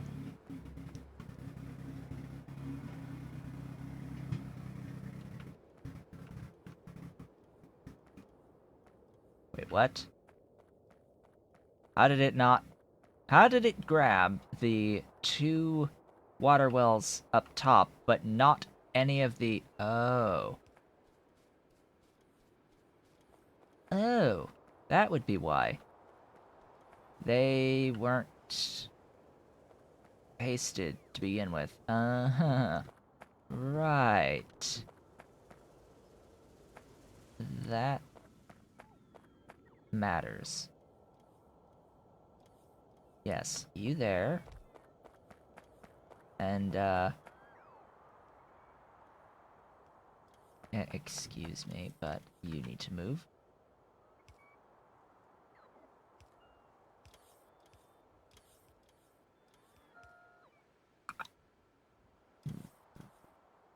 Hmm?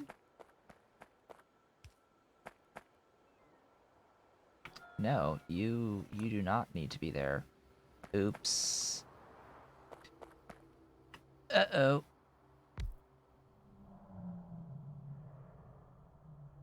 Yeah, let's get rid of that. Actually, you're going to need a... You're going to need a pump. Excuse me, I'm out of pumps? I beg to differ.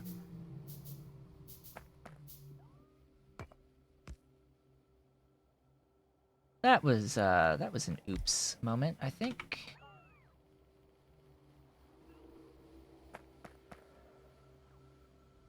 Why do you still say... Wada? Why do you still say Wada? You should not still say Wada.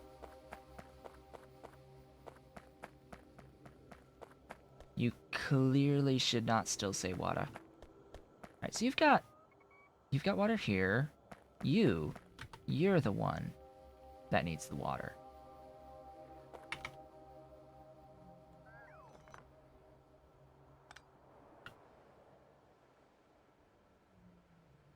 Let's actually get this done correctly. Yes, you need the water.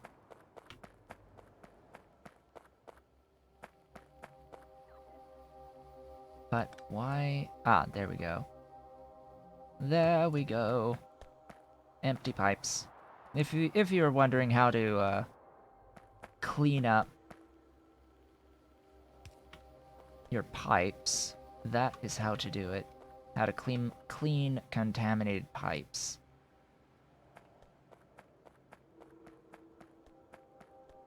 You need to stick a wonderful and glorious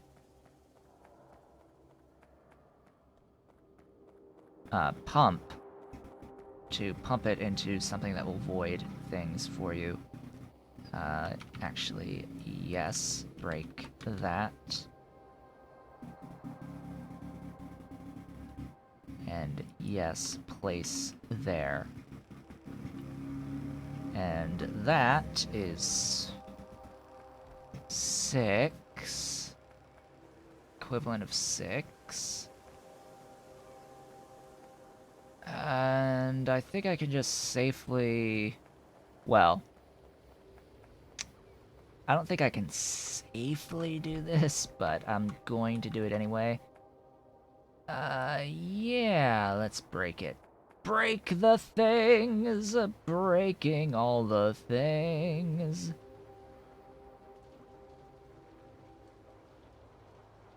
Yeah, I'm afraid of what this is going to mean. Oh, yeah, there's gonna be a lot of soil.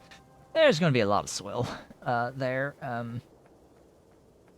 There's gonna be a lot of soil there.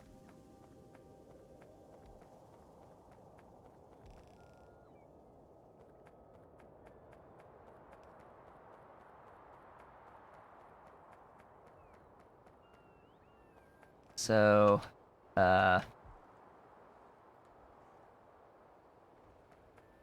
How many are in this 2x2 of washers? Washers, total 72.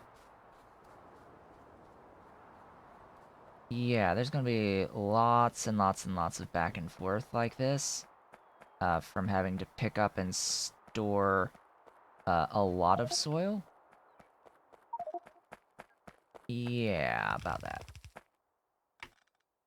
Auto trash. Yeah, you are going to auto trash soil.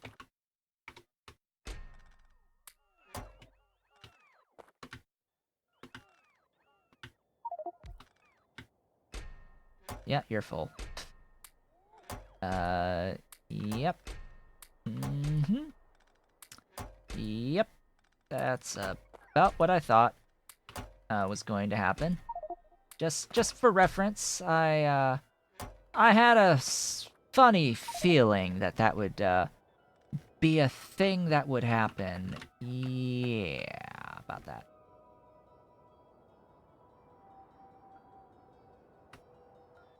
Yeah, we've got a little bit of soil going on. Oh, yep. Yep. Lots and lots of soil. Lots and lots of soil. Let's get all that sorted, shall we? My nanobots are bringing me soil, by the way. That's why there's so much entering into my inventories, because there's full provider boxes of soil. Just of lots and lots of soil.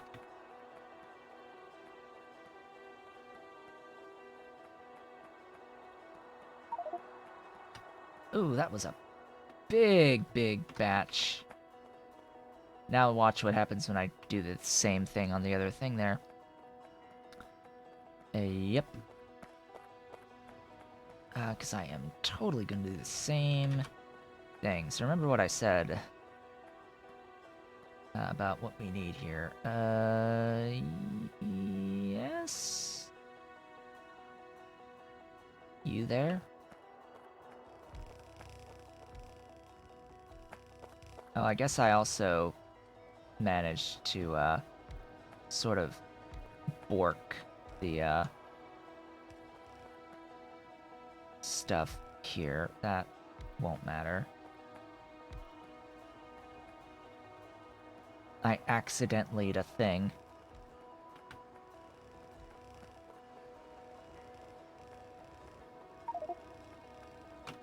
Yep, it's, still trying to pick up some, stuff.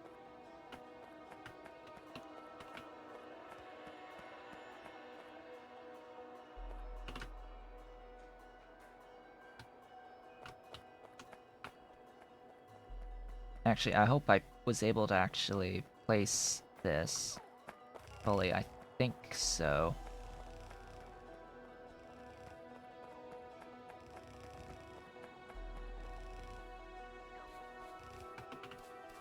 Oop, I've got lots more soil. Here, have that. have access to that and throw soil in it. Saving!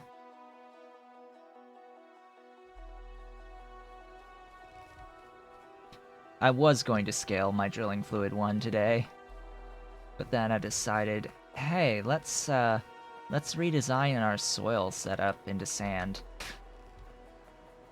Let's redesign this so that it's less robot intensive. Or are you actually going to start taking my other things away from me? That would be great, guys.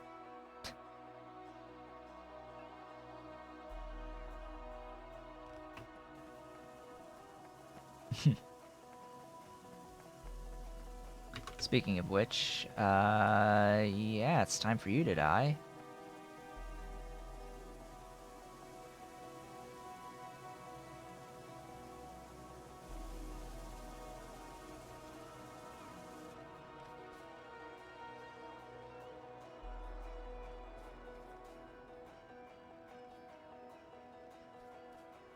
Time for all of that to disappear.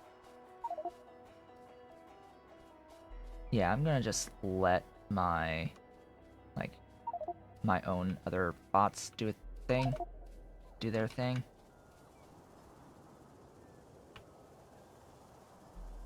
It sucks that this is necessary, but it is necessary and needs to be done. Needs to be done. Didn't design it right in the first place, so goodbye. This will have the side effect of giving me a whole ton of sinkholes to work with. So let me request a few sinkholes.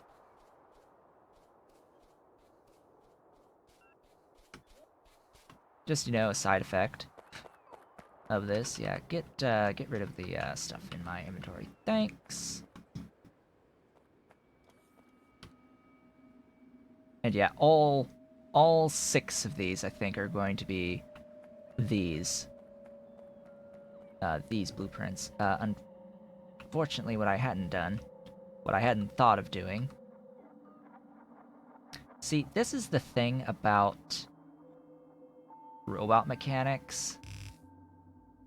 A whole bunch of these guys were like, hey, let's pick up soil from his trash slots.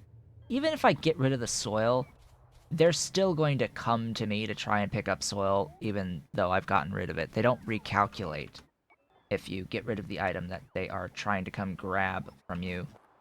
So I've got just a whole bunch of Logibots now just chasing me down, and they won't recalculate unless I leave the logistic zone.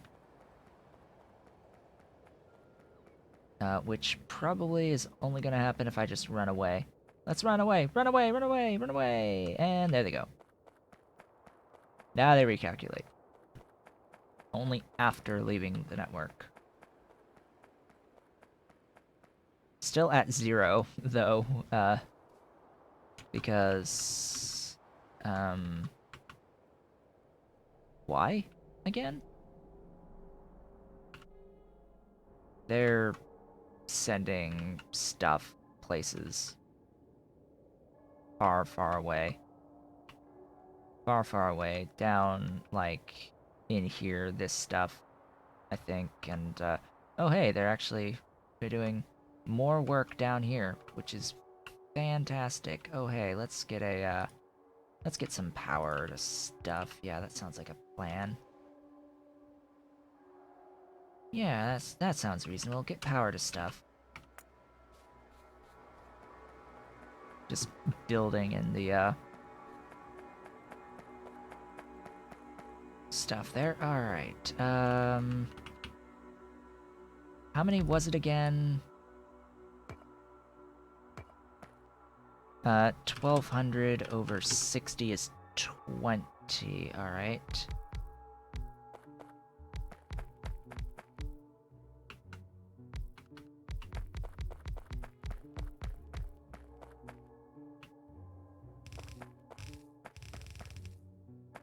That will be what will void out the tailings. So I just have to get all... Oh. It would be best, actually, if you were one tile down. Thanks.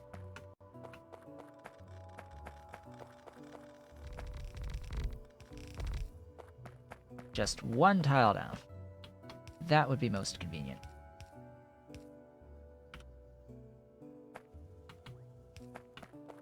So that I could go down, do this. Whoops, did not mean to cut.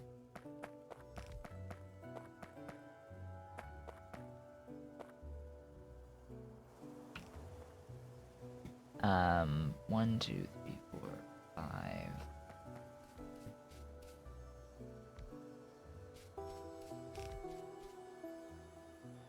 Okay. That is all of that. Give it power.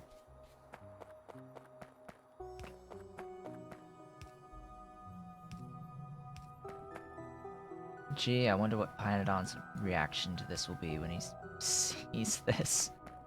Like, oh, this is nuts. This is crazy. This is not the scale at which Pyanodon intended this set of overhauls to be played. That would be an understatement as well. It was absolutely not intended to be played quite at this scale.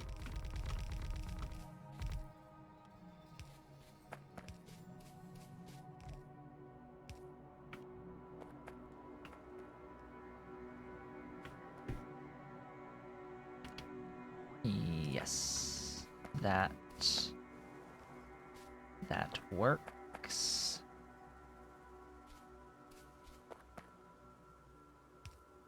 Whoops.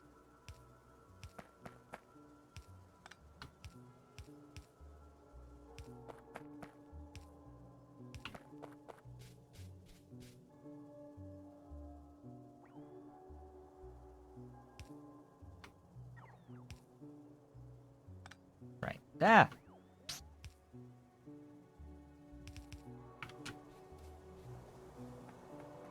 And then same thing, other side.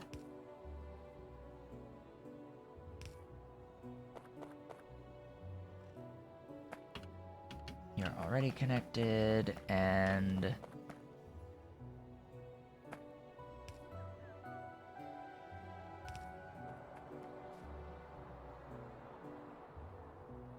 Oh, that unfortunately would mean that I would need to do... Okay. Okay. Time for a plan. And a scheme. Plans and schemes. So I'm gonna copy that 2x2. That side-by-side 2x2. I guess it's a 2x4. In all actuality, I guess I can consider it a 2x4. You have to die.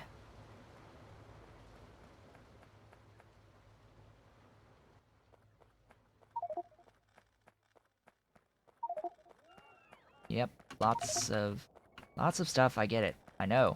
Lots of things. Lots of things are happening. I get it. Please, please. Please! Please stop with the soil! Please stop with the soil! Soil, please! Oh gosh, my life without even distribution would be awful. Oh no. Oh no. Do the thing. Yes, do that exact thing, please.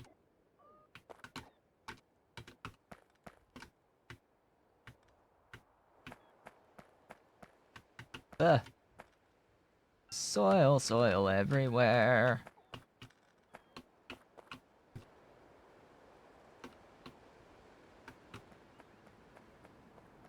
So I heard you like soil. I've got some soil for you. Got about 1,000,000 units of soil. Literal millions of units of soil.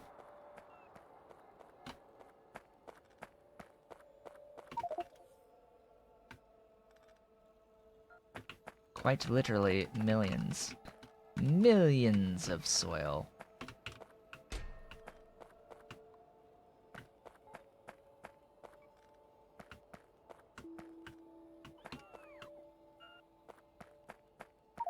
More? Yes, more. More soil. Give me more. Feed me. Feed me, Seymour. All the soil. Still. Still more. Yep. Go empty out. Give me more. Go empty out. More. More, I say. How much is in you? A lot. More.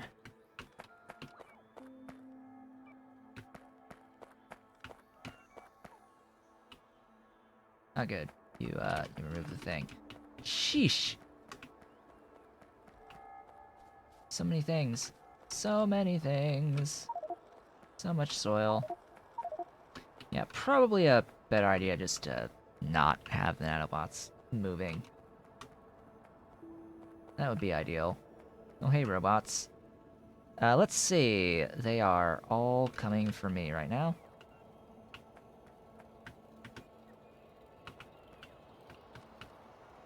They are all gonna come to me.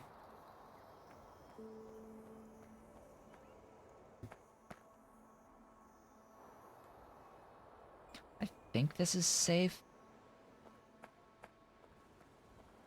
I'm just thinking about, oh hey, this might be in the way of what I'm about to do. Speaking of what I'm about to do,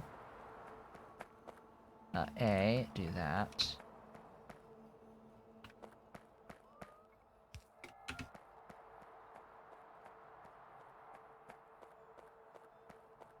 Wish they would take away the other things. I'm going to need to bust down that, and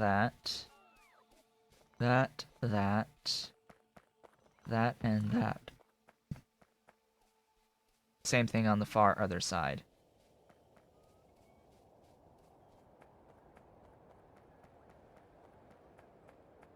As I'm about to set up my dealing with tailings.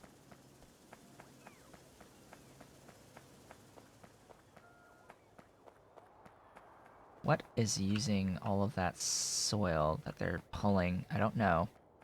I don't know anymore. I'm scared. What is using all of that soil now? Okay, where am I going to do... this shenaniganry? Oh, joy.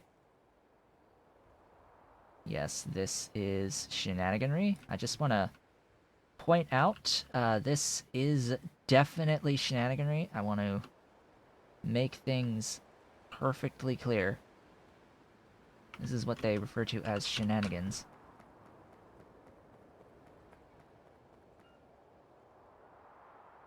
So that was that one. I need to kill... oh, that's... yeah. Yeah, you have to, die for me. As do you, and all of you. All of you. Sad face, all of you need to die, or at least need to be queued up to die. Same thing here, this line of stuff needs to go away, as does this line of stuff needs to go away. You. Wow. kitty is dreaming.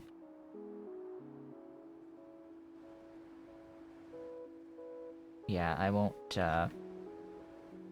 be able to fit things correctly. Oh gosh. Oh god.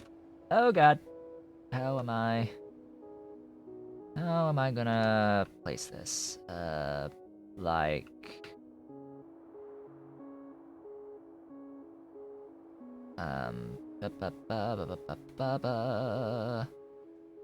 Like... so? Yes, no, maybe?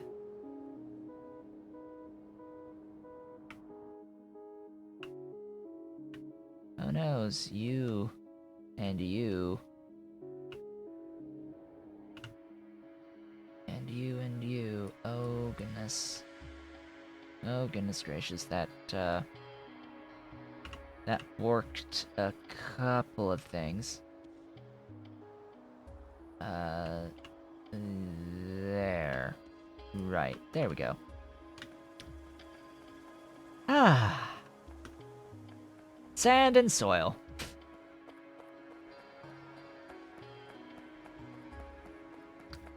Sand and soil. We has it. We has the sand and soil. In fact, you know what? That, yeah, you're getting blueprinted. Just an FYI, that's being blueprinted and that's being, demoed.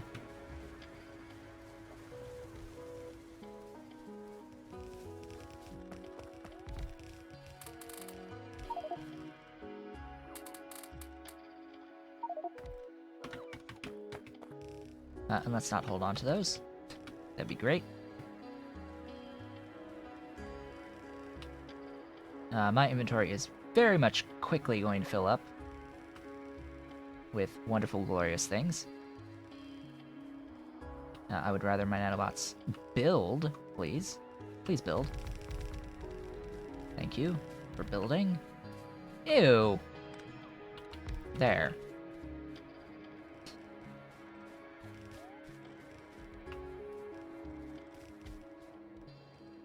Restructuring. Glorious restructuring. Oh hey, I have a bunch of charging stations on me now. Like a bunch of charging stations just hanging out in my inventory. Like, hey guys, I've got some charging for you.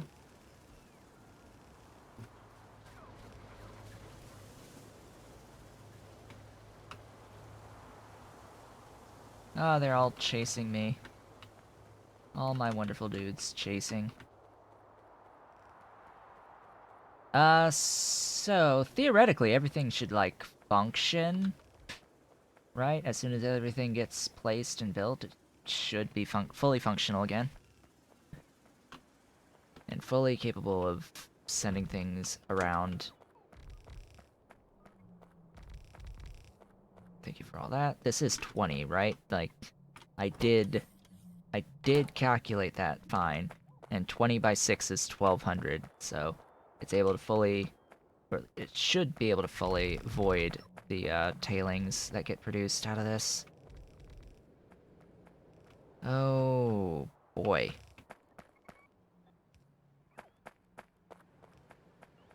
So, that was crazy. A crazy restructuring of the sand and soil production, as well as technically producing even more. Now, one other thing that I think I should do, yes, I do have some pure sand being made down here. I don't want this anymore. I don't want this. This is superfluous now. I can take sand and bring it down here, fine. That I'm not worried about, the little bit of pure sand that I'm making. If I really wanted to, I could set up something that's, again, not bot-based to do pure sand. If I need pure sand at scale. at massive scale.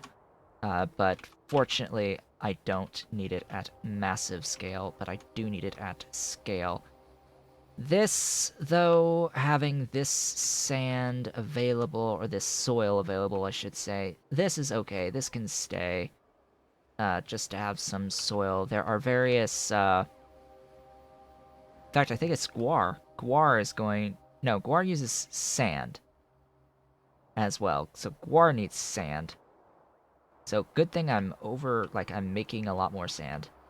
Got 6 things making sand. I may even do the other 2x2s up here and just do more. Actually, no.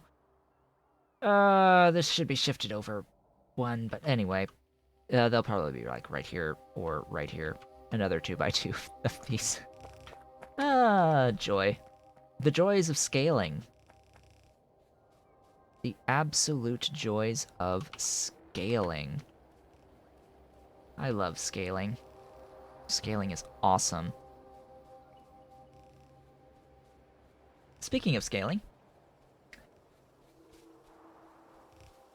time to actually have a look and see what else I need for scaling the drilling fluid one. So we got more guar. A bit more guar is moving and filling some provider chests. That is just fine. Oh.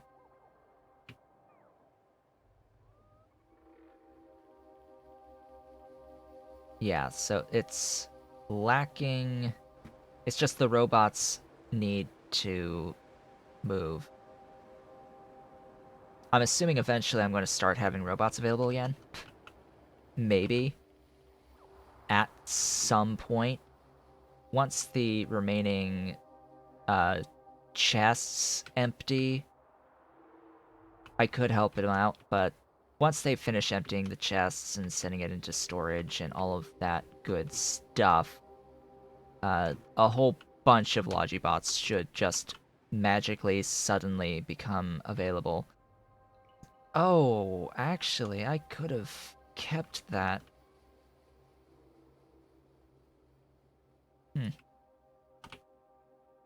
I could have kept that. That long-ish with little change. Very little change. It's just like the tail ends. Oh, that's unfortunate. It was only like just the 1, 2-ish, 3-ish tiles on the end that was fouling up. I could have just taken care of that anyway. Doesn't really matter. In the end. Does not matter in the end. In the grand scheme. Speaking of the grand scheme. Schemes and plans. Hopes and dreams and schemes and plans.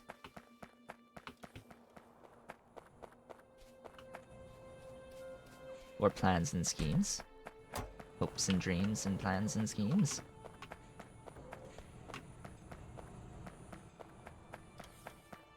That's all you need to play Factorio, right?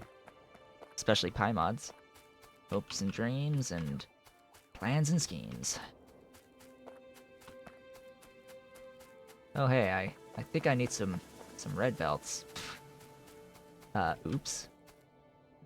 Oh wow, even this needs more? Okay. Yeah.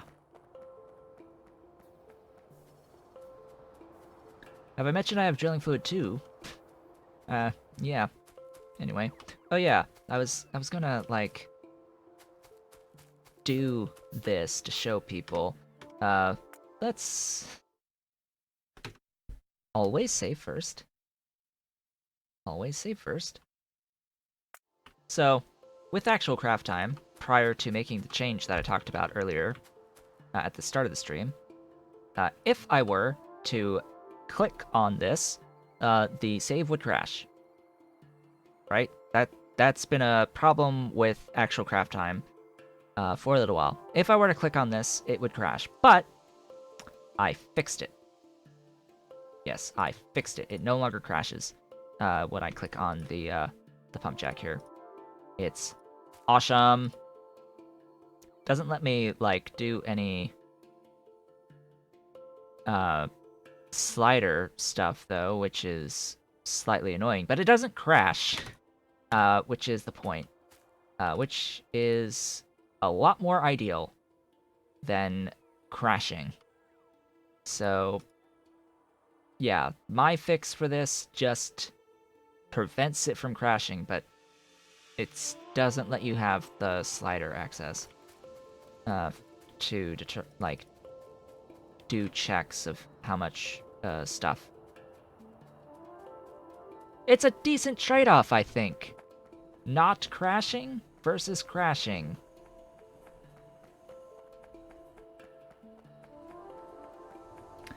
So, yeah, I have drilling fluid 1. It's just, I need more drilling fluid 1. Now, how many of these do I have right now? 6? 6 is a 150 per second. Oh yeah, and you directly take sand. See, that's another issue, is that this directly takes sand. Oh yeah, copper ore, too. Okay. You?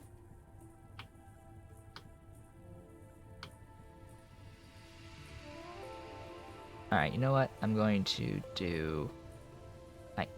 do this, but I'm going to do it...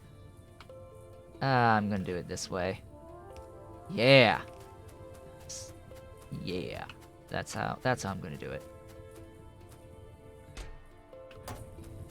Now, as for the amounts of copper ore, I technically have it. And in fact, when I do my transition into really using drilling fluids for the ground boring of stuff, I currently have a mod that I made myself that reverts the drilling fluid requirements for ground boring back to what it used to be, which was lubricant for everything. So it's lubricant for everything, but even without that mod, it's still lubricant for copper. After I suggested, hey, let's have copper be lubricant to have progression going into drilling fluid 1, because if you need drilling fluid 1 for copper 1, which is what it initially was, it's like, well, that sort of makes it a little hard getting sufficient amounts of drilling fluid 1, because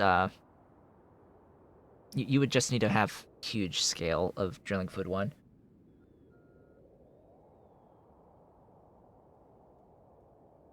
You'd only have a little bit spare to feed itself if you were ground boring the copper. Anyway, that's that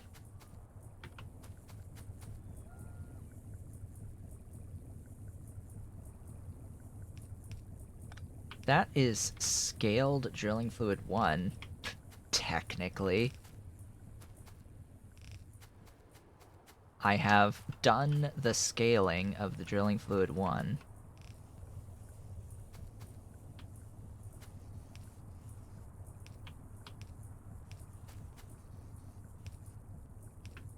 I did it, folks. I scaled drilling fluid 1. It doesn't take much. Did not take much at all. Although,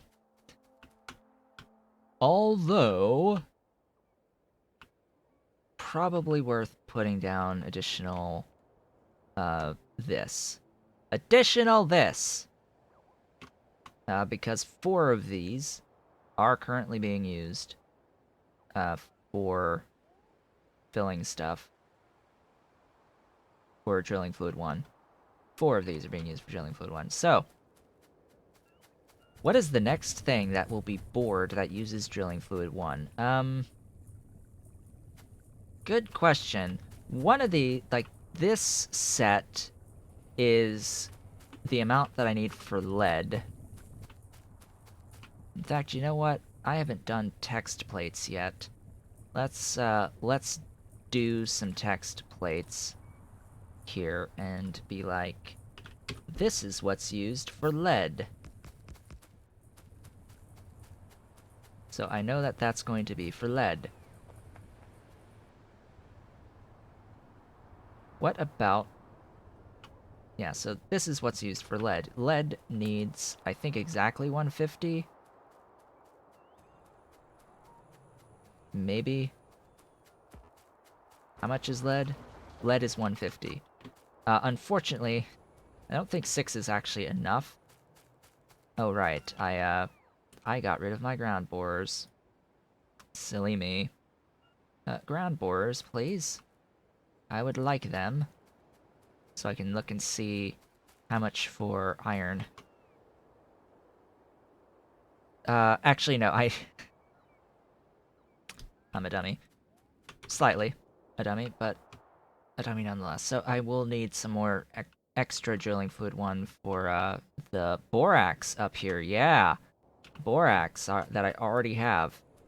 I will need to route drilling fluid 1, 2 as well. So that will be the lead and the borax. Now I forget, is it 150 or is it 200 for the borax? Because if it's 200, I need 3 more of those mixers. 3 more of those mixers for that. Let's go have a look-see. It is 200! 200 is the answer. Now, I'm pretty sure borax is drilling fluid 1 and not lubricant. I could be wrong, but I'm pretty sure it is now drilling fluid 1. There's very few things that remain on lubricant. Stone, limestone, quartz, and copper. I think they are the only ones that remain on lubricant by default. Otherwise, everything else is using drilling fluids. Of course, not copper as well. So that is fine. In fact, you know what? Get rid of all that, please. Take it away. This means I need... let's just do...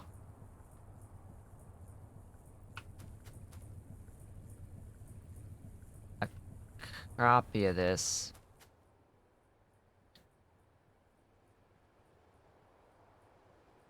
And paste it there. Oop. Niobium underground pipe in the way, what? Aw.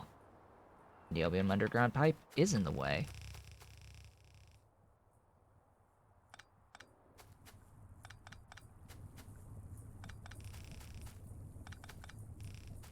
There we go.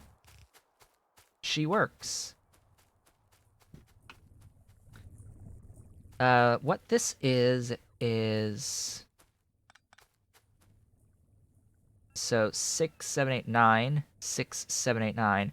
This would be enough for 2 more things. I think lead is quite unique in that it only needs the 150. A lot of stuff needs 200. So I know that the borax needs 200. And then I need to think about tin and titanium and iron. Tin, titanium, and iron on the drilling fluid 1 side of things.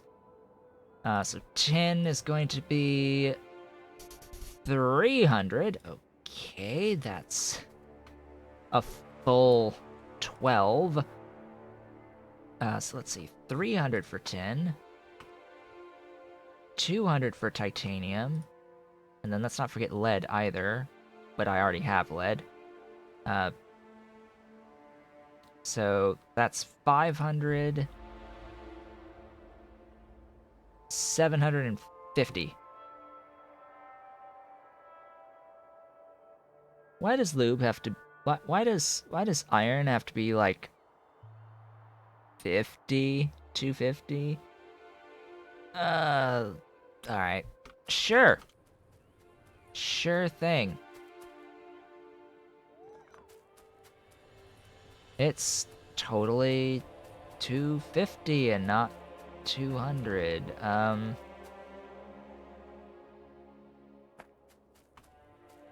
Titanium was 200, right? Let's check that again. Titanium was 200? Yeah, so if that's 200, if 6 is 150, 9 is 200, so this will be borax and titanium.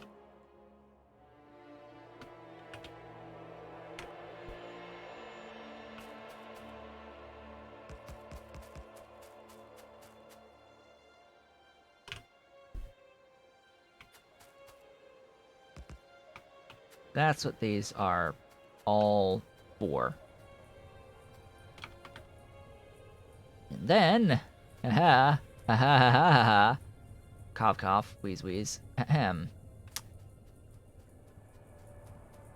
Remember what I said about today being about scaling drilling fluid 1. Boink.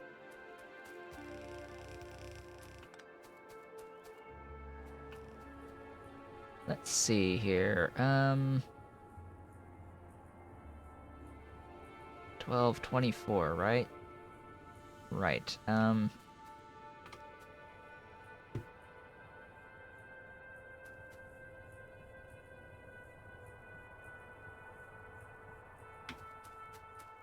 It's just tin.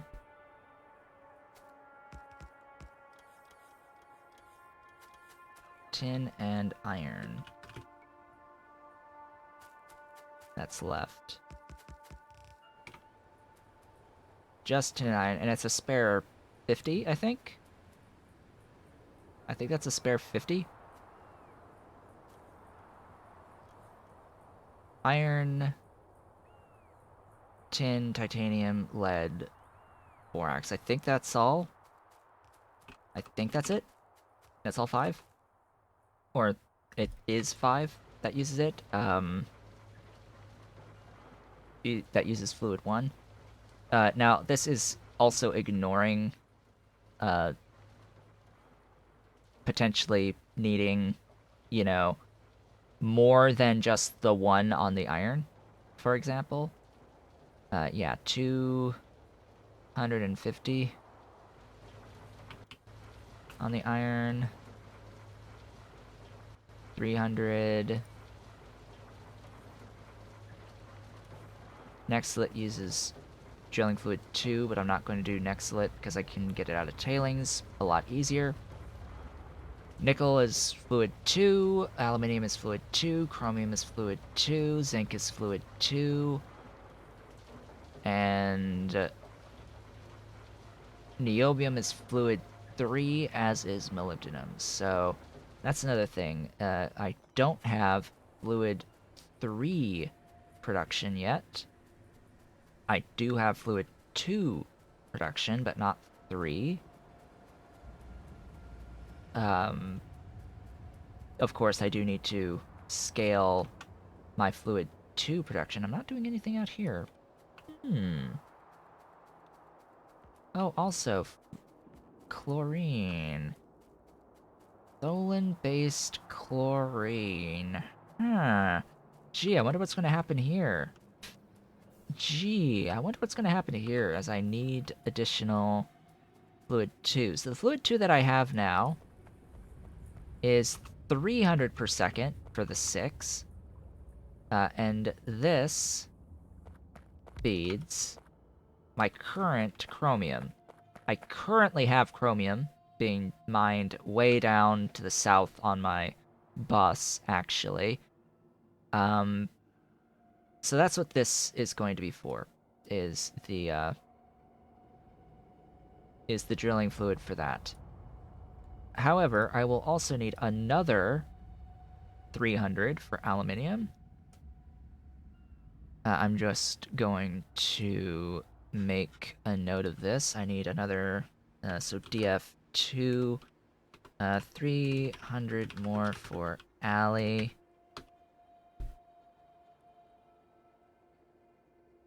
And then nickel is another 300. 300 for nickel. Of course, my dot goes off. Alexa, stop.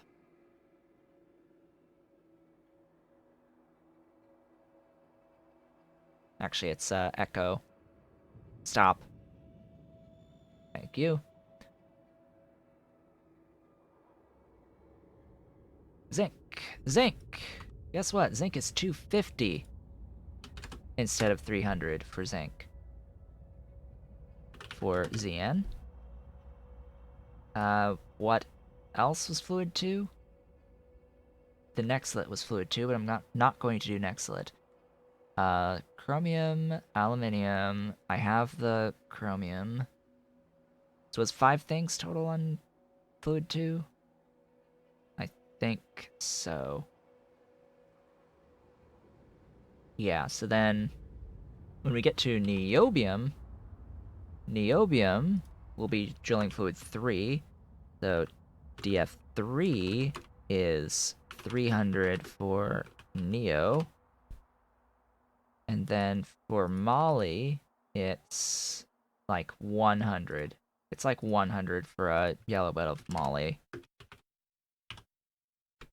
And that will be that. Now, I also should make note of how much more copper I'm going to need versus how much lubricant I'm currently producing. Because I'm currently producing enough lube, I think, to fully fuel not only this, but like 8 on copper and the chromium, 4 on chromium, and the ones on borax, like 6 on borax. So that is a lot of lube production that I have. Let's see, if this is 48, that is... Oh, hey, it is a full throughput pipe of drilling fluid 1. It is full throughput. Without needing lots of pumps. I should make that clear, is, you can force it to go higher than 1200, but you need pumps, to do that, and, like, trickery stuff to get it above 1200. You can, but I don't suggest it. That's 60. That is 4 yellow belts. So that is 4 copper setups total. So that means I need... so I need 2... so copper for DF1, 4 total. Yellow belts worth, that's 16x. Ground bores. And then plus I need another, or I want another 2 lines for actual copper production.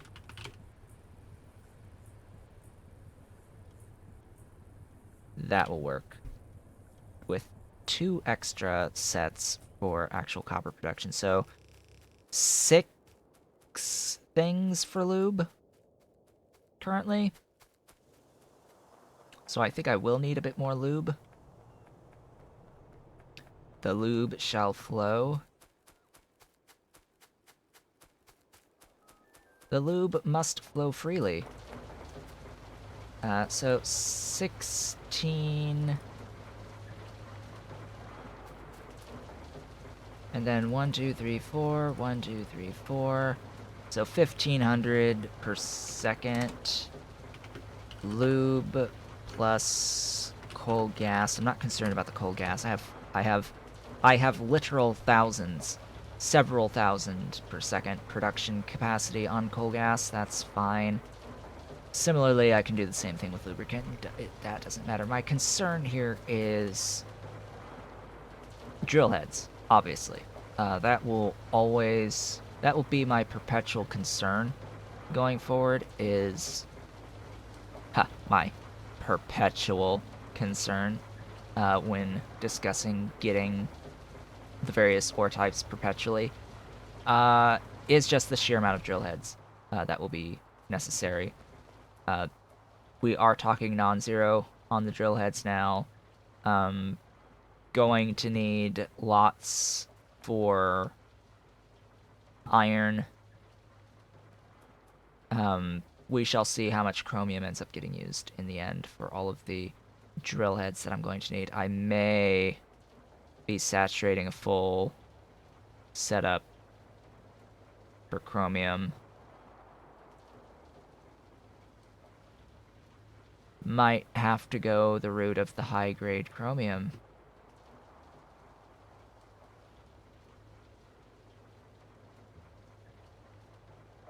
Definitely going to go the route of the high-grade iron. That is absolutely certain. I am going to do high-grade iron. In fact, what I want to do, actually, since I'm here, and since we're nearing the end, let's go a little nuts. Let's do that.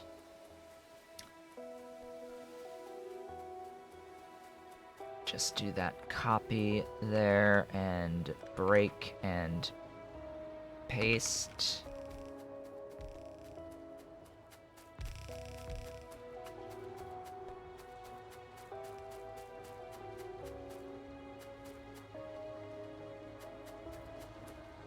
Oh, hey, how convenient.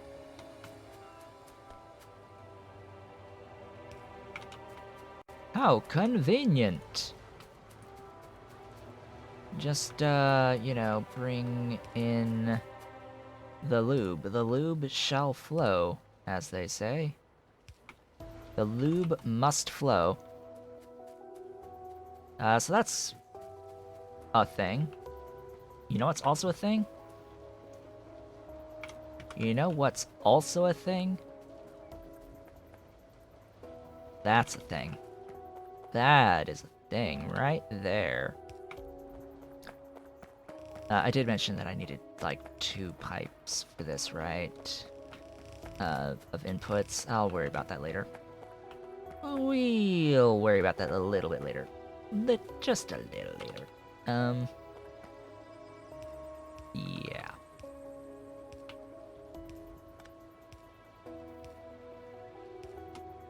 That is that, and then lube.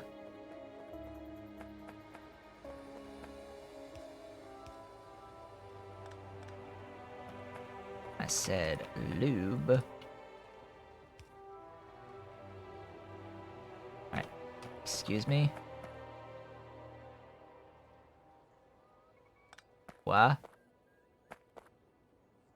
I said lube is coming with me.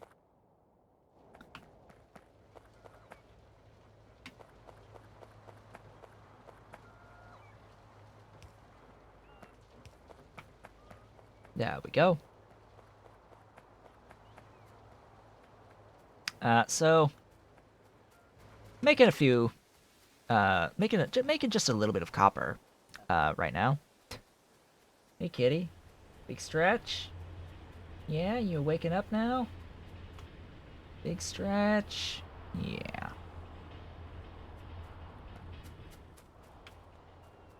Let's see. There's one more thing. One more thing. Yeah, that's good. La da dee dee da.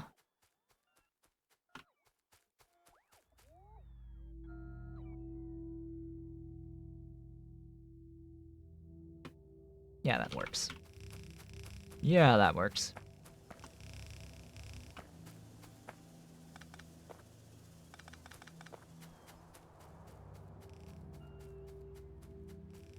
So remember how I had 3 spare over here as well. So that's 6,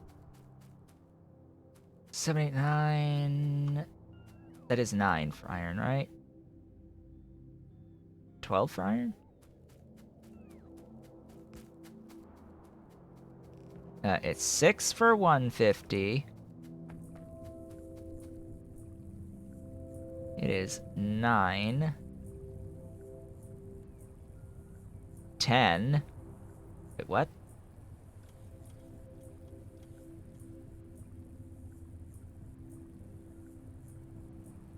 Alright, I did my math wrong. Anyway. Regardless, I wanted more. More! More for more iron! More iron!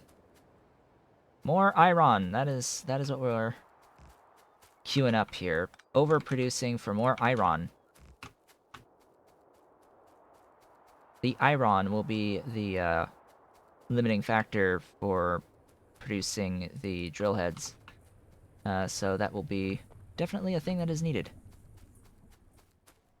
Definitely a thing that is needed greatly. Now, chromium can feed a lot of drill heads for the chromium. And drill heads do have the ability to use productivity modules in them, so that makes it incredibly powerful. This is my lead, by the way. Lead processing capabilities. So that was my goals for the day. Just for reference, my goals for the day were scaling guar a little, getting just a little bit of guar going to help feed everything that I just did. I think I might need to do one more. Maybe I might have to do another one of these right next door. We'll see. But yeah, so shrooms, guar. It makes its own CO2 to feed it, by the way. Probably... Oh, yeah. So... I still need even more copper. It's just for reference. It's like, oh yeah, totally. I need even more copper because the recipe that I'm using for these uses lamps. Like, oh yeah, that's right. It uses lamps. So, unless I were to change the recipe and decide to just explode the amount of space that I'm using on the guar plantations and the number of guar plantations, the amount of copper that's being used to make the lamps for all of this is not insignificant in and of itself. Fortunately, the copper's fine. It's the, it's that little bit of iron, I think, that goes into it as well. Or that glass. Actually, no. Glass is free. Ahem. Cough, cough. Cough, cough. Glass is free from this process, giving me lots of crutch quartz and all that. If this were actually, you know, moving. Why are you not moving? Right, because you don't have any stuff? Water? Somehow? Ah, you're not being fed. You don't have the belt. Anyway, regardless. This is a lot. I'm never gonna have to worry about having the glass again. So really, what it comes down to, if I can find where I have a thingy making lamps. I have them, they're somewhere. Here's a thing making lamps. Lamps does use some iron. Iron plates. Which is the problem. Which is why I've got so much iron. So I need iron to help with the lamps as well as for the drill heads to keep this self-perpetuating. But it's a thing. So what did we get done today? Ahem. We grew. Just a little bit we grew. Today, that's what got done. Grew the guar first. Guar grew first. Set up this glorious thing on the bottom here to feed it enough carbon dioxide for this many guar plantations. That was a thing. Then, decided, you know what? We had a lot understatement of the century, a lot of Logibots being used. Hey, look! We were at 0 available. Now we're at 5,800 available Logibots because of a relatively simple change, which was to make the sand through belts and loaders, like direct feed. I will refer to this as direct feed, even though it's not being fed with inserters, whatever. Close enough, right? Overproducing soil going into wonderful chests for extra soil, as well as the sand.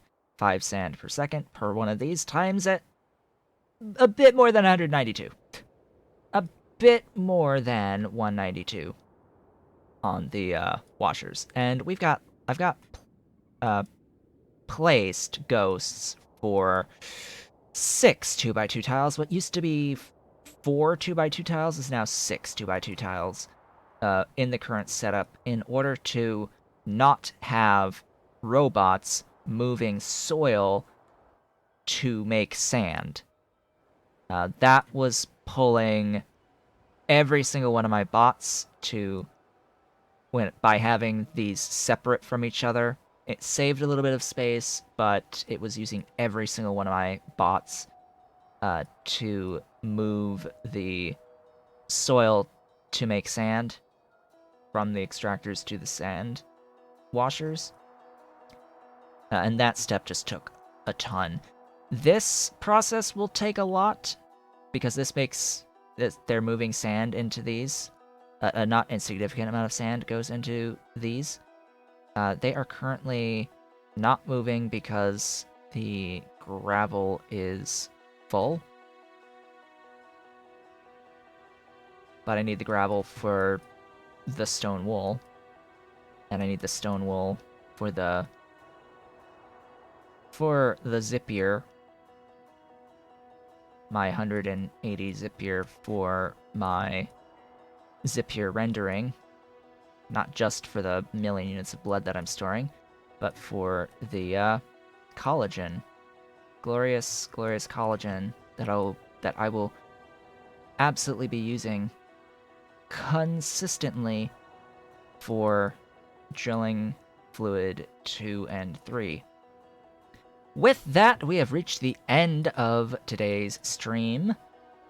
I would like to thank you all for watching. If you are watching the VOD on YouTube, don't forget to comment, like, subscribe, hit the notification bell, and if you are so inclined, head on over to twitch.tv/Otaku Showboat to leave a follow to be notified when I go live Sundays, Tuesdays, and Thursdays from 10 a.m. to approximately 1 p.m. US Eastern Time. You can follow me on Twitter at Otaku Showboat and visit my website at otakushowboat.com. And don't forget to answer today's question of the day, which is, what do you think about small channels monetizing?